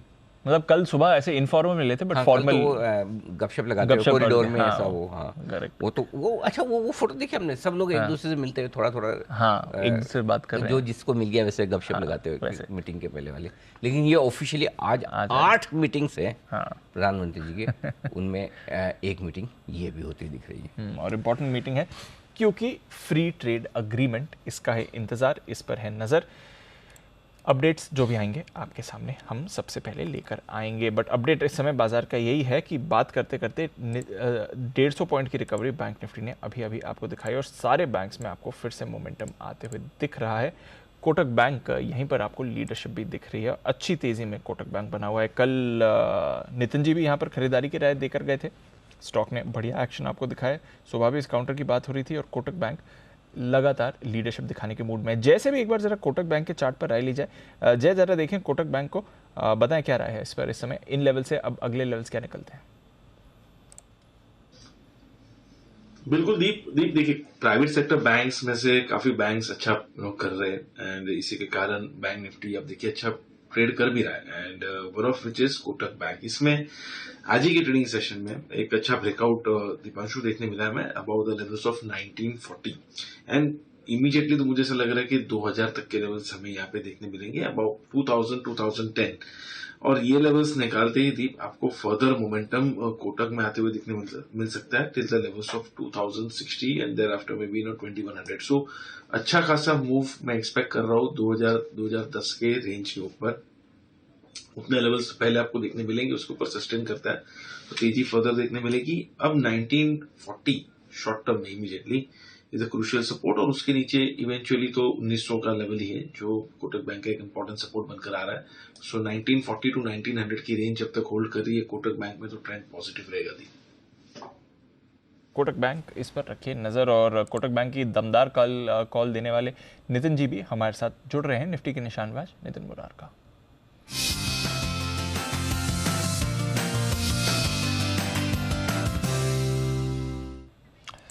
Good afternoon Nitin ji, बताएं सर, कोटक बैंक तो बढ़िया परफॉर्म कर रहा है, बाजार पर क्या राय बन रही है? देखिए, मार्केट ओवरऑल ट्रेंड पॉजिटिव है, बट कल एक्सपायरी होने के कारण थोड़ा रेसिस्टेंस आ रहा है 18,500 18,400 इन लेवल पे काफी कॉल राइटिंग है। तो मोस्ट लाइकली कल थोड़ा साइडवेज मोमेंटम हो सकता है with a positive bias. Expiry की जो रेंज है वो 18,300 से 18,500 के बीच में है, और 18,400 पे कॉल पुट की राइटिंग हो रही है। थोड़ा रेंज बाउंड एक्सपेक्ट कर रहे हैं, बट ओवरऑल मोमेंटम पॉजिटिव है, और अभी भी लीडरशिप बैंक निफ्टी से ही आ सकती है। और मेरा जो ट्रेड होगा वो कोटक बैंक पे होगा, क्योंकि कोटक बैंक ऑलरेडी 2-3 दिन से ट्रेड हम दे रहे हैं, और अभी भी इसी में ही ट्रेड है। और इसमें 1960 की कॉल ऑप्शन लेनी चाहिए जो 36 रुपए में मिल रही है। इसका स्टॉप लॉस होगा आपका 20 रुपए का, और इसके टारगेट हो सकते हैं करीब 60 रुपए का। कोटक बैंक में बहुत ही स्ट्रॉन्ग डेटा ब्रेकआउट है, और डिलीवरी बेस्ड बाइंग भी काफी हुई है लास्ट 4-5 दिनों में। और जिस तरीके से ब्रेकआउट हो रहा है, लग रहा है कोटक बैंक काफी जल्दी 2000 से ऊपर निकलना चाहिए। तो मुझे लगता है कि इस लेवल पे भी आप बाय करें, भी 1967 के आसपास है। 2020 तक के टारगेट वैसे कोटक में बन रहे हैं, और अगर आप कॉल ऑप्शन लेते हैं तो जो कॉल यहाँ से करीब 65 से 70 रुपए जा सकती है 1960 की कॉल ऑप्शन। 1960 की कॉल ऑप्शन, इस पर खरीदारी करें, ये है आपके लिए कोटक बैंक। कल भी इसकी बात चल रही थी, और लीडरशिप ये भी दिखा रहा है, बैंक्स पर भी बढ़िया मोमेंटम है। बहुत बहुत शुक्रिया नितिन जी हमारे साथ जुड़ने के लिए और अपनी कॉल शेयर करने के लिए। मोदी जी की थी कॉल कल, मोदी जी की भी थी कल, उनका टारगेट आ गया 1970 वाला। बाय द वे अभी फिर से रिकॉर्ड हाई बना है निफ्टी बैंक। नया बना 42,611। अरे वाह वाह, क्या बात है। ये कब हुआ? ये वो बात करते करते हो गया सर। ये नीचे आता नहीं है बैंक जबरदस्त शूटअप किया है, इसलिए मैं बोल रहा हूँ बैंक निफ्टी का डेटा इतना खराब है नहीं। और 42,500 के ऊपर 3 बजे के पहले एकदम टाइमली निकला है। निफ्टी भी आप देखिए 3-5 के पहले आप 3 बजे एग्जैक्टली उसी समय पे 18,400 के ऊपर आ गया। तो खराब होना नहीं है इंडेक्स, ये बात सही है। इंडेक्स तो कौन है, इंडेक्स कौन मैनेज कर रहा है? कोटक बैंक एक है, कोटक, आज HDFC बैंक दोनों लगे ना भाई। और HDFC लिमिटेड भी 1%, TCS, HUL, Infosys, TCS, Infosys, बस ये 4-5 स्टॉक हो गए। बढ़िया, और कितने चाहिए? अच्छा है, इंडेक्स के लिए काफ़ी है। तो बढ़िया अच्छा इंडेक्स पे एक्शन आपको देखने को मिला। बिल्कुल, तो नज़र रखिए, यहाँ पर आपको बढ़िया एक्शन इंडेक्स पर बनते हुए दिख रहा है। बट कुछ स्टॉक्स हैं जहाँ पर वीकनेस भी आई है। मेटल्स की हम बात कर ही रहे थे, 2.25% नीचे आपको टाटा स्टील दिख रहा है। मेटल्स बाकी काउंटर्स में भी हमने देखा है वीकनेस बनी है। सेल कॉल आई भी थी थोड़ी देर पहले मेटल्स पर, NMDC पर सुमित जी ने दी थी। टाटा स्टील इस पर क्या करना है, एक बार किरण जी से पूछा जाए। किरण जी, टाटा स्टील भी देखें सर, बाकी मेटल्स के साथ ये भी काफ़ी कमज़ोर है आज। दीप, टाटा स्टील तो करेक्टिव रैली देखने को मिल रही है। मैं वीकनेस नहीं कहूंगा, मैं आज के लिए वीकनेस है, पर ओवरऑल चार्ट पैटर्न में वीकनेस नहीं है। मैं मानता हूँ थोड़ा सा ब्रॉडली ये साइडवेज चल रहा है। 100 and 110 ये ब्रॉड रेंज रहेगी। 110 के ऊपर जैसे ही निकलता है वापस एक बार एक अच्छा मोमेंटम देखने को मिलेगा। तो मैं ज़्यादा इसमें बेरिश होने की संभावना नहीं है ऐसे मान के चल रहा हूँ, पर बाय करूंगा 110 के ऊपर। ओके, 110 के ऊपर ही खरीदारी करनी है। एक स्टॉक जिसमें बड़ा ब्रेकडाउन है और सेलिंग आ रही है, हमने रिपोर्ट भी किया था सुबह, मेट्रोपोलिस। सत्य जी जरा इसका चार्ट देखें, बड़ी गिरावट है, बड़ा ब्रेकडाउन है। इस साल ऑलमोस्ट 60% ये स्टॉक गवा चुका है। और कितना नीचे जाएगा? दीपांशु, यहाँ पर अगर हम सपोर्ट्स के बारे में बात करें तो क्लियरली जो सपोर्ट यहाँ पर नजर आ रहा है वो 1360 के भी है, जहाँ पर इसने काफ़ी समय बिताया था पिछले 6 महीनों में। तो मुझे लगा वो पर्टिकुलर सपोर्ट जोन वापस एक बार रिविजिट होना चाहिए। प्रॉब्ली जिस तरीके से सेलिंग हो रही है तो मुझे लग रहा है नीचे थोड़ा सा और भी ड्रिफ्ट हो सकता है। तो आई थिंक 1300 के लेवल्स के लिए यहाँ पर तैयारी रखनी है। एंड इनफैक्ट एग्जिस्टिंग अगर किसी की लॉन्ग पोजीशन अभी भी इसमें है तो एग्जिट करने की सलाह होगी। प्रॉब्ली 1300 के आसपास वापस एक फ्लोर एस्टैब्लिश करने का प्रयास कर सकता है काउंटर। ओके, तो 1300 के आसपास देखेंगे क्या करना है। बट यहाँ से भी ऑलमोस्ट 150 रुपये की गिरावट आपको और बनती हुई दिख सकती है। दूर रहिए जहाँ तक मेट्रोपोलिस का सवाल है। आज तो अपोलो टायर्स में भी बड़ा ब्रेकडाउन आया, 7% नीचे है। नतीजों के बाद थोड़ा स्टेबल दिखा था, बट आज अपोलो टायर्स काफ़ी वीक आपको ये काउंटर दिख रहा है। इनफैक्ट बड़ा ब्रेकडाउन इस काउंटर पर आते हुए। एक बार अपोलो टायर्स का चार्ट देखा जाए कुणाल जी के साथ। कुणाल जी, अपोलो टायर्स सर। देखिए, बिल्कुल कमजोरी देखने को मिल रही है दीपांशु, और एक मेजर ब्रेकडाउन चार्ट पर आता हुआ दिख रहा है। एक बड़ा सपोर्ट है 270 रुपए के आसपास, अभी 280 का भाव है, तो मुझे लगता है कि 270 तक तो स्टॉक सीधा लुढ़क सकता है। 270 में एक और ब्रेक लेवल है, 270 का लेवल अगर ये स्टॉक तोड़ता है तो गिरावट और गहराएगी। फिलहाल वेट एंड वॉच करें, खरीदारी की जल्दबाजी ना करें, वैल्यू बाइंग या फिर बॉटम फिशिंग ना करें। 270 का लेवल टूट जाने पर इस स्टॉक में आपको सेकेंड राउंड ऑफ सेलिंग देखने को मिलेगी, तो मेरा फिलहाल अवॉइड करने की राय। ओके, तो अवॉइड की सलाह है। अपोलो टायर्स पर भी कल अच्छा एक्शन था, आज फिसला है। Delta corp of course ban में आने के बाद 4.5% नीचे ये काउंटर भी दिख रहा है। और इंडिया बुल्स हाउसिंग अच्छा हुआ अनिल जी, कल इस पर ज़्यादा हमने चर्चा नहीं करी। नंबर्स अच्छे आए थे, एक बार के लिए अच्छा रिएक्शन भी आया था, बट जितना भी एक्शन आया था इस पर आज पूरा आपने एक वो कहावत सुनी, 4 दिन की चांदनी? हाँ आशीष सर, आपने सुनी वो 4 दिन की चांदनी वाली कहावत? रात फिर अंधेरी रात। आशु सर। हाँ जी अनिल जी, बिल्कुल सुनी है, बचपन से सुनते आ रहे हैं। हाँ, कुछ कुछ स्टॉक ऐसे हैं उनके लिए कहावत बदली गई है, 4 घंटे की चांदनी। आईबुल हाउसिंग उसी में फिट होता है। बिल्कुल सही है,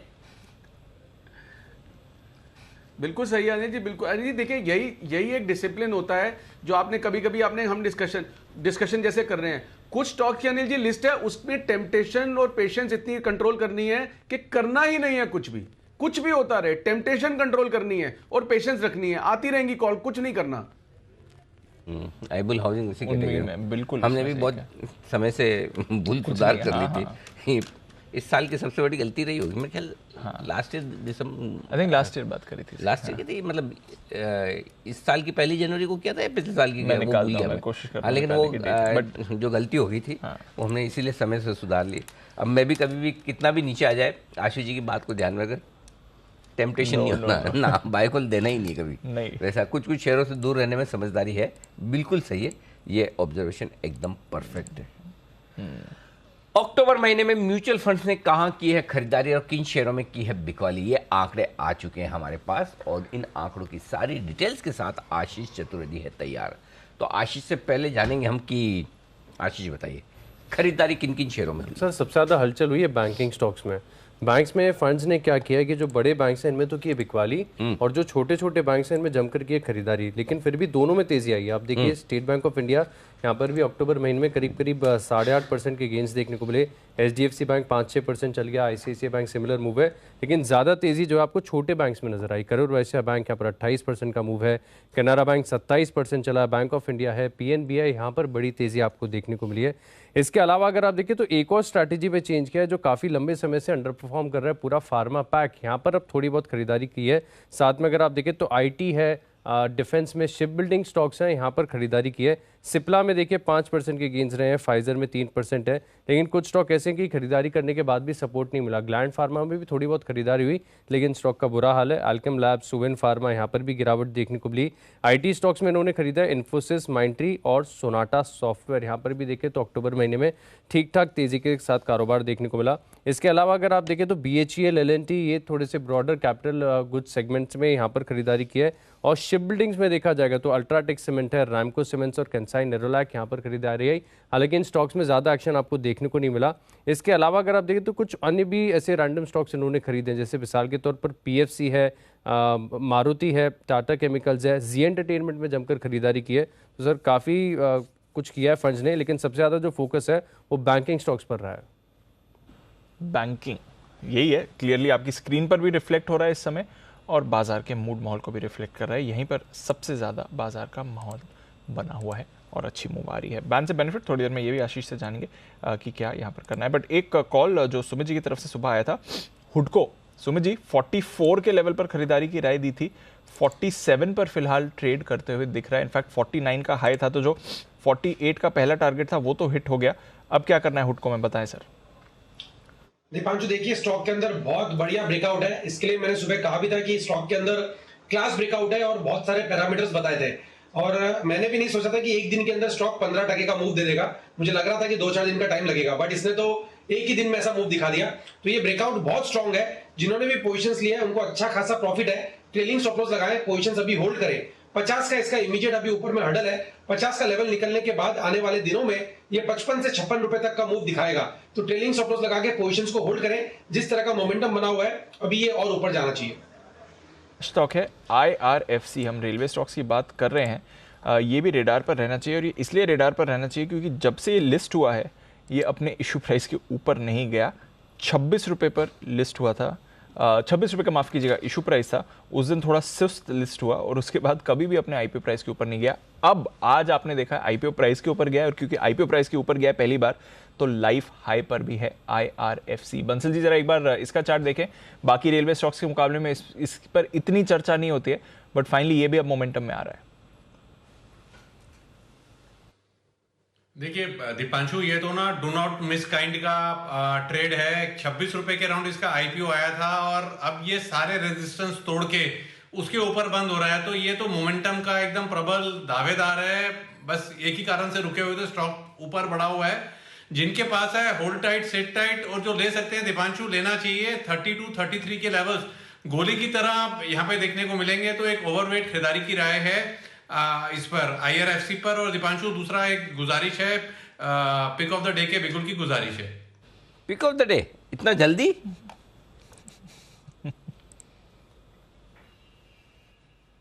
बंसल जी इतना जल्दी? अनिल जी थोड़ा सा सहमति बनने में समय लग रहा था। टारगेट्स को लेके सहमति, अनिल जी कॉल को लेके नहीं, टारगेट्स को लेके सहमति बनने में थोड़ा सा समय लग रहा था। तो कुणाल जी पे भरोसा कम है कि एग्रीड टारगेट्स को देंगे, तो अनिल जी टारगेट मैं दूंगा, बाकी काम कुणाल जी करेंगे। ओके चलिए, पिक ऑफ द डे का बिगुल कुणाल जी और राकेश जी के लिए। पार्शियल सहमति के साथ।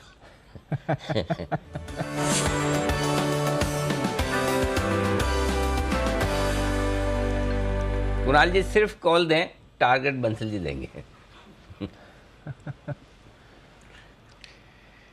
अनिल जी देखिए, खरीदारी की राय है जिस पर पूरी तरह की सहमति है। अनिल जी स्टॉक है कोटक महिंद्रा बैंक, और कोटक महिंद्रा बैंक के चार्ट पर अनिल जी एक पैटर्न बन रहा है जिसको inverse head and shoulder pattern कहते हैं। ब्रेकडाउन अभी बाजार बंद होते होते आ रहा है और हम यहाँ पर पोजिशनल बेसिस पर एक बड़ा जबरदस्त कॉल दे रहे हैं। तो Kotak Mahindra bank out perform करेगा और बैंक निफ्टी की अगुवाई जो हाल का आज का मूव है इसमें भी अगर आप देखें तो कोटक बैंक की बड़ी भूमिका है। आगे भी कोटक बैंक आउट परफॉर्म करेगा, तो मौजूदा स्तरों पर बाय करके चले। Over to Rakesh ji for levels. देखिए अनिल जी, इतिहास गवाया है, जिस बैंकिंग क्वार्टर ने मई 2022 के लेवल्स को तोड़ा है वो गोली की तरह भागा है। और Kotak Mahindra bank last bank है, मतलब कि अगर सब जो फ्रंटलाइन बैंक में देखें तो जो लास्ट बैंक है जो उसको तोड़ रहा है। और इसको भी Anil ji fear of missing out हो रहा है, सारे छोटे बैंक बड़े बैंक आगे निकल गए हैं।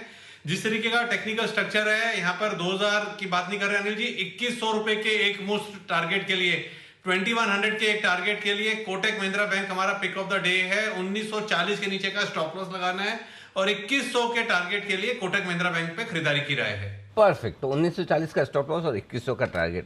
और अब पूरा देश ये जानने में इंटरेस्ट है वो कौन से लेवल है जिसको लेकर आप दोनों के बीच में सहमति नहीं बन पाई। कुणाल जी बताएं वो लेवल जो आपके है, बंसल जी जिससे सहमत नहीं हुए। अनिल जी जी अनिल जी देखिए, जैसे एमपीसी की बैठक होती है अनिल जी, जिसमें चाय समोसे होते हैं अनिल जी, तो अनिल जी जितने भी उसमें लोग होते हैं अनिल जी अपना अपना मत देते हैं, उसके बाद एक परामर्श करते हैं, फिर आम सहमति बनती है जी। तो अनिल जी हमें कल बड़ा मजा आया छोला भटूरा खा के। तो अनिल जी अब ये लेवल्स जो हैं छोला भटूरा खा के तय किए जाएंगे अनिल जी। आम सहमति थोड़ी है, सहमत तो आप ही हुए।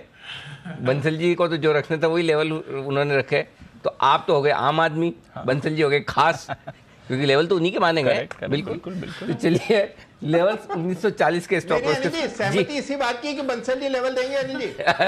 ओके चलिए, तो दोनों के आम सहमति से कोटक महिंद्रा बैंक में खरीदारी करने की राय। अभी नितिन जी ने भी खरीदारी की राय कोटक महिंद्रा बैंक में दी थी।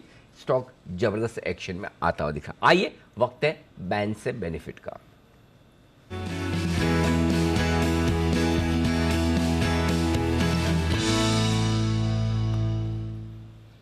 आशीष हमारे साथ तैयार है। आशीष बताएं, कोई बदलाव होने की उम्मीद? सर एक तो पीएनबी बाहर आ सकता है, 80.5 80% से नीचे नहीं आई, बॉर्डर पे है, तो पॉसिबिलिटी है बैन से बाहर आ जाए।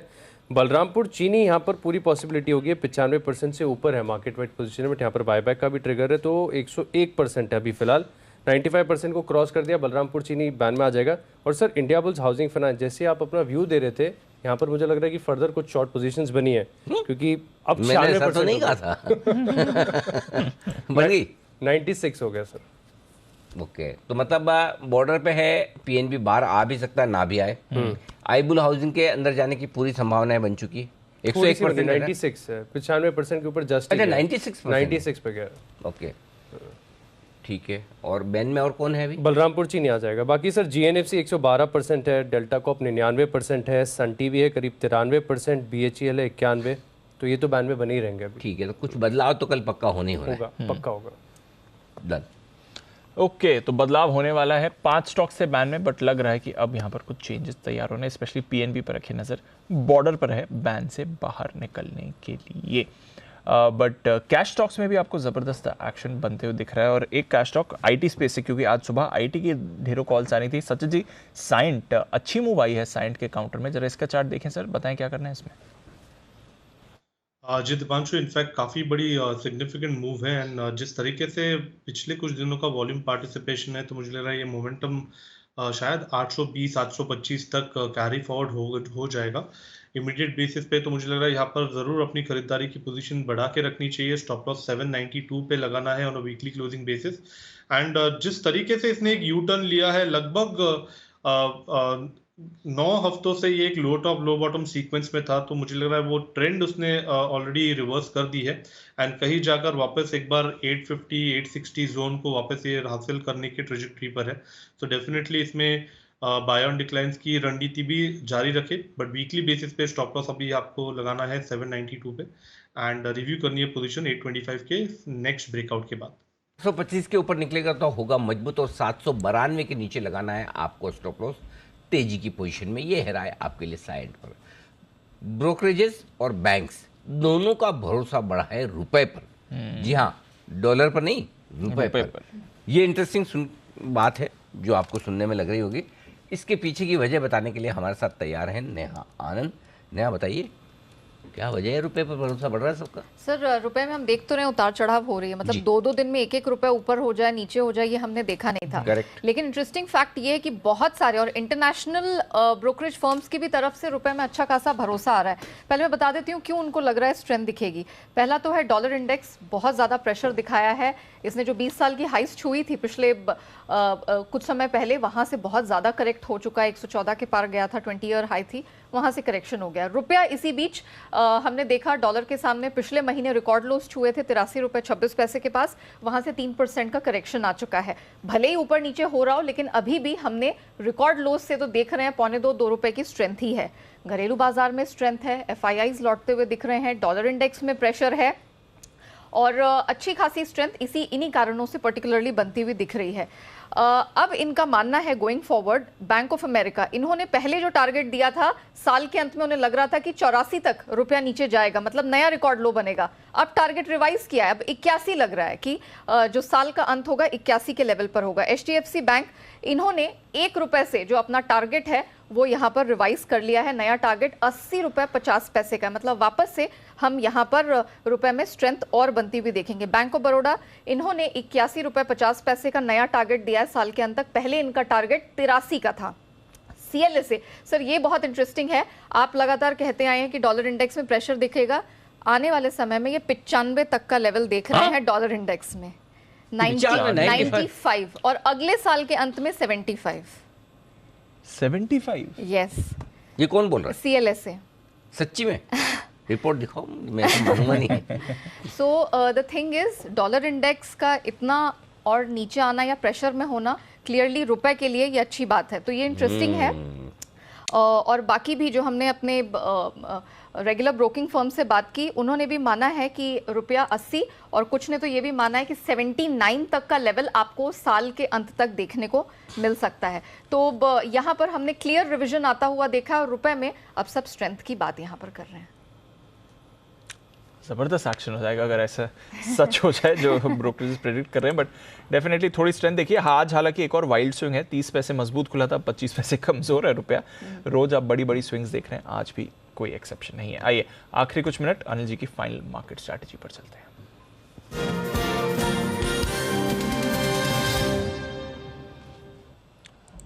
डाउ फ्यूचर्स वापस ऊपर हैं सर, 76 पॉइंट ऊपर आपको दिख रहे हैं। नैस्डैक फ्यूचर्स आपको 25 पॉइंट ऊपर दिख रहे हैं। यूरोप में मिला जुला कारोबार चल ही रहा है। रुपए की और डॉलर की अभी हमने बात करी। कच्चा तेल $94 पर है, कल 93 पर था, बट हल्की फुल्की मूवमेंट है, कोई परेशानी की बात नहीं है। यूके का by the way inflation data है सर, रिकॉर्ड ऊंचाई पर 11 के ऊपर 11.1। अरे बाप रे, रिकॉर्ड ऊंचाई पर है उनका इन्फ्लेशन 11.1। क्या ऋषि सुनक साहब क्या सोचते होंगे, करेंगे कैसे लाएंगे नीचे इसको? 11.1 किसको बोलते हैं? 11% मतलब एकदम बैकवर्ड नेशंस में भी नहीं होता इन्फ्लेशन इतना तो नहीं होता। 11 मतलब मुझे तो याद भी नहीं आता, जब से मैंने मतलब पढ़ाई करना और समझना शुरू किया उसके बाद कभी 11-12% ऐसा इन्फ्लेशन देखा हो हमने भी।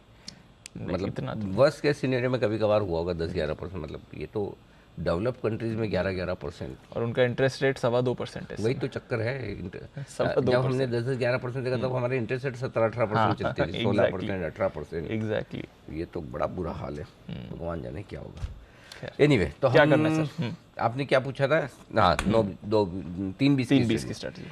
18,400 पे आप बंद हो रहे हैं, 42,500 पे आप बंद हो रहे हैं। दोनों ऐसे लेवल है जो मेक और ब्रेक वाले हैं। पहली चीज, जब तक 18,300 के ऊपर बंद नहीं हो रहे हैं ट्रेंड मजबूती का इंटैक्ट है। जब तक 42,000 के नीचे बंद नहीं हो रहे तब तक ट्रेंड इंटैक्ट है। थोड़ा बहुत आज स्क्रीन स्टॉक्स की लिहाज से हल्की फुल्की दिख रही है, देखते हैं। कल वीकली एक्सपायरी भी है, वीकली एक्सपायरी, और अमेरिका में भी देखते हैं। अभी तक 70 पॉइंट डाउ फ्यूचर्स ऊपर दिख रहे हैं, लेकिन आजकल 500-700 पॉइंट का मूव इंट्राडे में डाउ में छोटी मोटी बात हो गई है, रोज हो जाता है। तो दीप, आज हेजिंग आपको दोनों करनी है। लॉन्ग की भी और शॉर्ट की। अगर आप लॉन्ग है निफ्टी पे 18,200 के पुट से हेज करें, शॉर्ट है 18,600 का कॉल खरीद कर हेज कर ले, 200 इधर 200 उधर। ओके उतना उससे बड़ा मुंह आए तो फिर आपकी हेजिंग काम आएगी, नहीं तो ठीक है। बैंक निफ्टी 42,300 का पुट खरीद कर आप हेज कर लें अपने आप को अगर लॉन्ग है तो, और शॉर्ट है तो 42,800 का कॉल ऑप्शन खरीद कर हेज कर लें। 300 पॉइंट ऊपर 200 पॉइंट नीचे ये आपकी हेजिंग होनी चाहिए। फ्रेश पोजीशन बनाने की राय आज नहीं है ना। ओके आज नहीं, मौजूदा पोजीशन कैरी करने के लिए हेज, बस हेज करके चले, ठीक है। इंडेक्स में अभी तक कहीं कोई कमजोरी, रिवर्सल, खराबी के संकेत नहीं आए, नहीं। लेकिन स्टॉक्स में जरूर खराबी के संकेत दिख रहे हैं, कमजोरी के संकेत दिख रहे हैं। अभी भी देखिए आप, बढ़ने वाले शेयर 1500 है, घटने वाले 2200 हैं बीएसई पर। एनएससी पर बढ़ने वाले 770 है, घटने वाले 1270 है। तो इंडेक्स आपको सब हरे निशान में दिख रहे हैं, स्टॉक्स किधर है हरे निशान में, पता ही नहीं किसी को। हो सकता है एक आध दिन का फिनोमेना हो सकता है कल तक आपको एक्सपायरी तक थोड़ा प्रेशर और प्रॉफिट बुकिंग दिखे। और आप देखिए 3 दिन से वैसे भी एफआईएस की इंडेक्स स्टॉक फ्यूचर्स में बिकवाली हो रही है, तो थोड़ी सी स्टॉक स्पेसिफिक सेलिंग है, वो आपको संभालनी है, तो थोड़ा ध्यान रखें। एक दिन निकाल दें, फिर कल से फिर देखेंगे। ठीक है, तो एक दिन निकालिए, कल से फिर देखेंगे। नई पोजीशन बना के जाने की सलाह नहीं है, एग्जिस्टिंग पोजीशन के लिए हेज जरूर रखें। वरुण बेवरेजेस, इस पर एक अभी स्पाइक आया था, जरा एक बार इसका चार्ट देख लेते हैं। कंजम्पशन नेम्स में ये वैसे काफ़ी एक्टिव रहा है, थोड़ा कंसोलिडेट कर रहा था, आज फिर से मूवमेंट के मूड में आया है। एक छोटा सा स्पाइक दिख रहा है इस समय स्क्रीन पर। कुणाल जी जरा देखेंगे वरुण बेवरेजेस 1140 सर। देखिए जिस तरह का चार्ट है दीपांशु, वरुण बेवरेजेस के चार्ट को अगर आप देखें तो स्टॉक लगातार आउट परफॉर्म कर रहा है। और हमने देखा कि एक करेक्शन आया, करेक्शन में बड़ी तेज रफ्तार बढ़त आते हुए देखने को मिल रही है। तो मुझे लगता है कि और ऊपर के लेवल्स आएंगे। जिनके पास निवेश है बिल्कुल निवेशित रहें, ये स्टॉक जो है आपको और ऊपर के लेवल्स दिखा सकता है। एक मेजर सपोर्ट अब 1100 रुपए के आसपास कायम हो गया है और अगला पड़ाव 1200 है। 1200 पार होने के बाद स्टॉक फिर से अनचार्टेड टेरिटरी में चला जाएगा, नए कीर्तिमान बनाएगा। 1100 के स्टॉप लॉस से निवेशित रहने की राय। 1100 के स्टॉप लॉस से निवेशित रहे वरुण बेवरेजेस, ये है आपके लिए काउंटर। बढ़िया मूड माहौल मोमेंटम में ये काउंटर आ रहा है। स्टरलाइट टेक आज अच्छी मूव इस पर भी आई है, इस पर भी अपने रेडार पर रखिएगा। एक्शन ये काउंटर भी आपको दिखा सकता है। करूर वैश्य बैंक भी आज आपको मूव में दिखा है, एक और स्टॉक जो काफ़ी एक्टिव था। देखते हैं क्लोजिंग पर कैसी मूव इसकी आती है। करूर वैश्य बैंक, एक बार सुमित जी से भी इस पर राय लूंगा। उससे पहले एक सुमित जी का सुपर हिट आ रहा है, तो पहले को वो कॉल ले लेते हैं। सुमित का super hit.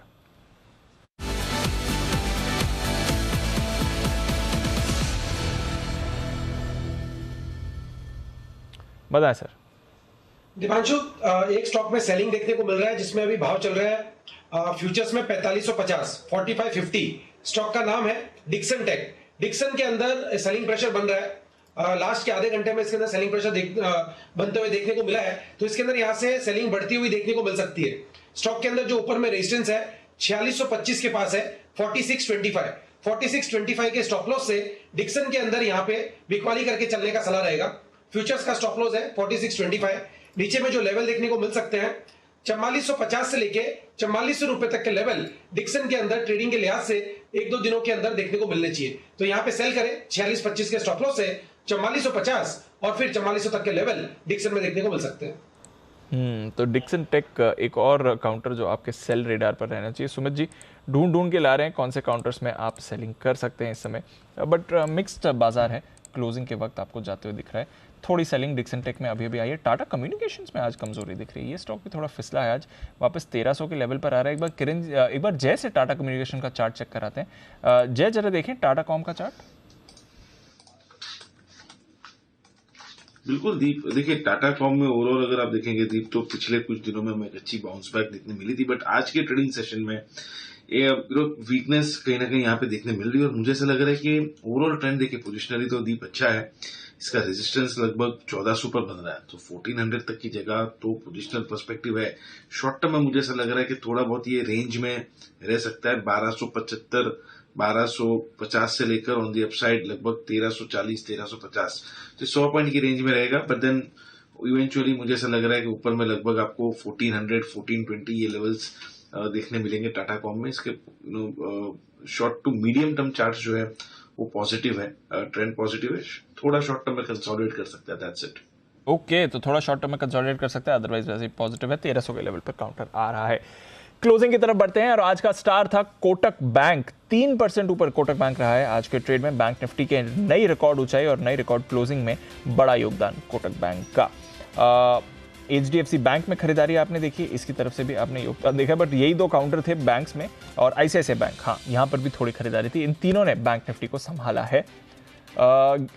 TCS, HUL, Infosys, ये तीन दिग्गज भी थे जिन्होंने बाजार को सहारा दिया। और नेट निफ्टी आपको एकदम सपाट बंद होते हुए दिख रहा है। 3 बैंक्स और 3 और दिग्गज स्टॉक्स, जिसमें से 2 IT स्टॉक्स में शामिल हैं। बट उसके सामने अपोलो हॉस्पिटल्स 3% टूटा, Hindalco, JSW steel, Tata steel और बाकी सारे मेटल स्टॉक्स टूटे हैं। आज सुबह हमने आपको कहा भी था मेटल से थोड़ा दूर ही रहिएगा, और जो खबर हमारी थी एक्सक्लूसिव कि सरकार फिलहाल स्टील ड्यूटी पर कोई रिवीजन नहीं करने वाली है आने वाले 2-3 महीनों के लिए, उसका भी इम्पैक्ट। टाटा मोटर्स गिरावट रही इस पर, रिलायंस इंडस्ट्रीज कमजोर, Bajaj auto, Titan, M&M, ITC, यहां पर भी आपने नेगेटिव एक्शन ही बनते हुए देखा। वायदा कारोबार की तरफ आइए।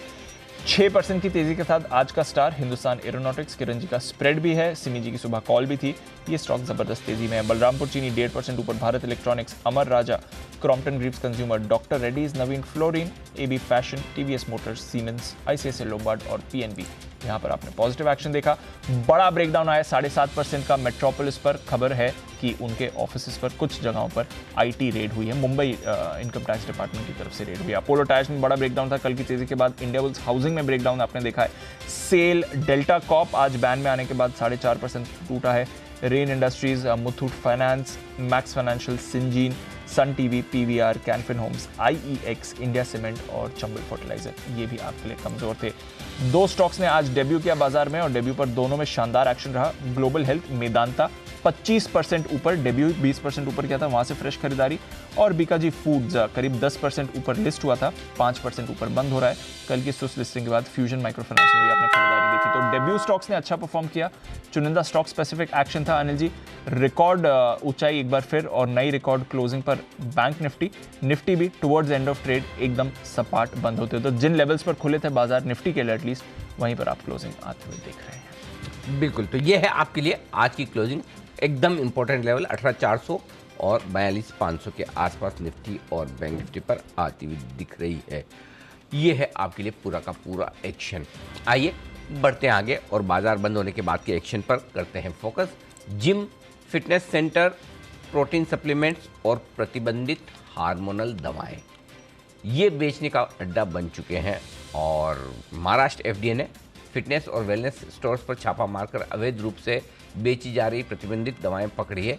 रेड में टेस्टोस्टेरोन और ग्रोथ हार्मोन इंजेक्शन भी मिले जो बगैर डॉक्टर की सलाह के नहीं लिए जा सकते। हाल ही के दिनों में वर्कआउट के दौरान हार्ट अटैक की बढ़ती घटनाओं को देखते हुए FDA ने ये कार्रवाई की। आज शाम 6 बजे आपकी खबर आपका फायदा में हम करेंगे, इसी पर चर्चा बताएंगे कि जिम में प्रतिबंधित दवाओं का सेवन कितना जानलेवा है, अनाप शनाप एनर्जी सप्लीमेंट से क्या खतरे, और साथ ही ये भी जानेंगे कि वर्कआउट से पहले या बाद में एनर्जी सप्लीमेंट लेते समय किन बातों का रखें ख्याल। चर्चा में हमारा साथ देंगे DR घाने साहब, जॉइंट कमिश्नर FDA महाराष्ट्र के हैं वो, और डॉक्टर अरुण चोपड़ा साहब हैं डायरेक्टर कार्डियोलॉजी फोर्टिस के, और सत्यजीत चौरसिया साहब हैं जो जिम ट्रेनर हैं। शक्ल से लग भी रहे हैं एकदम मजबूत जिम ट्रेनर है ना? यस, बिल्कुल। ओके, तो इन सबसे करेंगे हम मुलाकात। और आज का शो है हेल्थ फ्रॉड का जिम ताड़ा। वाह, ये है आज का हमारा विशेष शो। आइए बढ़ते आगे। मनी गुरु, क्या आपका फंड बेंचमार्क से बेहतर रिटर्न देता है? आज जानेंगे समझेंगे बेंचमार्क क्या है और क्या बेंचमार्क को बीट करने की होनी चाहिए आपकी स्ट्रेटेजी। साथ ही कौन सी कैटेगरी अनिश्चित बाजार में भी बेहतर रिटर्न दे सकती है। शाम 6:30 बजे देखिए निवेश का बेंचमार्क। हमारे साथ होंगे अमित कुकरेजा साहब, फाउंडर amitkukareja.com के, और तनवीर आलम, CEO फिनकार्ड के। ये आज के लिए विशेष शो आपके। रात 8 बजे आपको मिलेगा एक और इंटरेस्टिंग कवर स्टोरी वाला मामला। गिफ्ट हैम्पर्स को लेकर दिखाई गई जी बिजनेस की खबर का बड़ा असर हुआ है। इस मामले में उपभोक्ता मामलों के मंत्रालय ने सभी स्टेक होल्डर्स को चिट्ठी लिखी है। सरकार ने जी बिजनेस की तरफ से एक्सपायर्ड गिफ्ट पैक को लेकर सवाल उठाए और उन पर इनसे जवाब मांगा गया है। बताएंगे आपको इंडिया 360 डिग्री में आपको एक्सपायर्ड गिफ्ट का खेल कितना बड़ा नजर आता है। इस पर लगाम कसने के लिए सरकार और क्या कर रही है। एक्सपायरी गिफ्ट पर मुहिम हिट। अच्छा, ये बताइए आप लोग जो भी आपको गिफ्ट कोई भी लिए जाते हैं, एक्सपायरी डेट चेक करते हैं कि नहीं करते हैं? सोन पापड़ी के अलावा कोई चेक करता है? अरे भाइयों, लेते वक्त ना करो, देते वक्त तो करो कम से कम। जी जय, बताइए। जी अनिल जी, मैं तो दोनों टाइम चेक करता हूँ अनिल जी, ये बहुत ही जरूरी है। तो लेने के टाइम पे भी और देने के टाइम पे भी अनिल जी एक्सपायरी चेक करता हूँ। इनफैक्ट घर पे कुछ सामान पड़ा रहता है अनिल जी, तो कंज्यूम करने के पहले एक और बार वेरीफाई कर लेता हूँ एक्सपायरी डेट क्या है। बहुत बढ़िया, अच्छी आदत है ये तो। अच्छा भाई, तो पानी की बोतल पर भी एक्सपायरी डेट होती है? बहुत लोग तो ऐसे खोले पी गए पानी, मतलब ऐसा नहीं है, बोतल पैक है इसका मतलब ये नहीं। जी बंसल जी। जी अनिल जी, ड्राई फ्रूट पे भी अनिल जी, ड्राई फ्रूट के जो गिफ्ट हैम्पर्स होते हैं अनिल जी, उस पर भी एक्सपायरी डेट होती है और उसको मैं अनिल जी चेक करता हूँ। सिर्फ अनिल जी पूरे विश्व में एक बोतल है जिसपे एक्सपायरी डेट नहीं होती है। जितनी पुरानी उतनी महंगी और उतनी अच्छी हो जाती है अनिल जी वो। खांसी की दवा। जी कुणाल जी। अनिल जी देखिए, चेक तब करना पड़ता है अनिल जी जब उसका सोर्स ऐसा हो अनिल जी। तो गिफ्ट कहाँ से आया अनिल जी, इस पर डिपेंड करता है कि चेक करना चाहिए नहीं। मसला तो जैसे अनिल जी कुछ सोर्सेज ऐसे हैं जहाँ पर चेक करना मजबूरी बन जाती है अनिल जी। हाँ, फॉर एग्जाम्पल जैसे आपके अलावा 5 जने और बैठे हैं पैनल पे, ठीक है? नहीं सॉरी, 6 जने। इनमें से किस किस से आपको गिफ्ट आए तो चेक करेंगे? अनिल जी पहले गिफ्ट तो भेजे ये लोग। अनिल जी अभी तक तो गिफ्ट की राह देख रहा हूं मैं। चलिए, आप सब लोगों से निवेदन है, 6 लोग कृपया करके एक्सपायरी डेट वाले गिफ्ट कुणाल जी को जरूर भेजें। वो तैयार है एक्सेप्ट करने के लिए। आइए आज शाम का भेज दें अनिल जी। जी अनिल जी। जी कुणाल जी। अनिल जी ऑप्शंस ना भेज दें एक्सपायरी वाले। और आशीष सर तो भेजेंगे एक्सपायरी अलर्ट। वंडरफुल। आइए, अच्छी पढ़ाई और हाईटेक एजुकेशन का दावा करने वाले कई सारे ऐड आपने देखे होंगे, लेकिन इनमें से कई ऐड फर्जी होते हैं। ये मामला आया है सामने advertising standard council of India की रिपोर्ट में। हम बताएंगे आपको कि कैसे ऐड के जरिए एजुकेशन के नाम पर फर्जी दावे किए जाते हैं और इससे कैसे आपको बचना है। शिक्षा की दुनिया में ऐड वाले छलिया, ये है आज की एक और कवर स्टोरी जो आप देखिएगा जरूर। बाजार फाइनली बंद हो चुके हैं, 18,409 पर बंद हुए। दीप आज फिर से थर्ड बेस्ट हाँ, yes, sir. कल भी तीसरी बेस्ट क्लोजिंग मिली थी हमें। आज 6 अंकों से हमने उसे परास्त किया है, तो वो कल वाली हो गई फोर्थ बेस्ट। आज इतिहास की तीसरी सबसे बढ़िया क्लोजिंग निफ्टी में मिली है और बैंक निफ्टी इतिहास के सबसे उच्चतम स्तरों पर जाकर आज हुआ है बंद, यानी कि 42,535 अब इतिहास में दर्ज हो चुका है। ये आंकड़ा बैंक निफ्टी के लाइफ टाइम हाई क्लोजिंग के लिहाज से और इंट्राडे क्लोजिंग के लिहाज से इतिहास बनाया है बैंक निफ्टी ने। 42,611 लिफाफा लेवल सुमित जी का। विदा लेने का वक्त है। आशु सर, सुमित जी, कुणाल जी, राकेश जी, बहुत बहुत धन्यवाद आप सबका। सचिन जी, जय ठक्कर साहब और साथ ही किरण जी का भी शुक्रिया हमारे लिए समय देने के लिए। आइए शो का समापन करते हैं। मुझे दीप को इजाज़त दीजिए।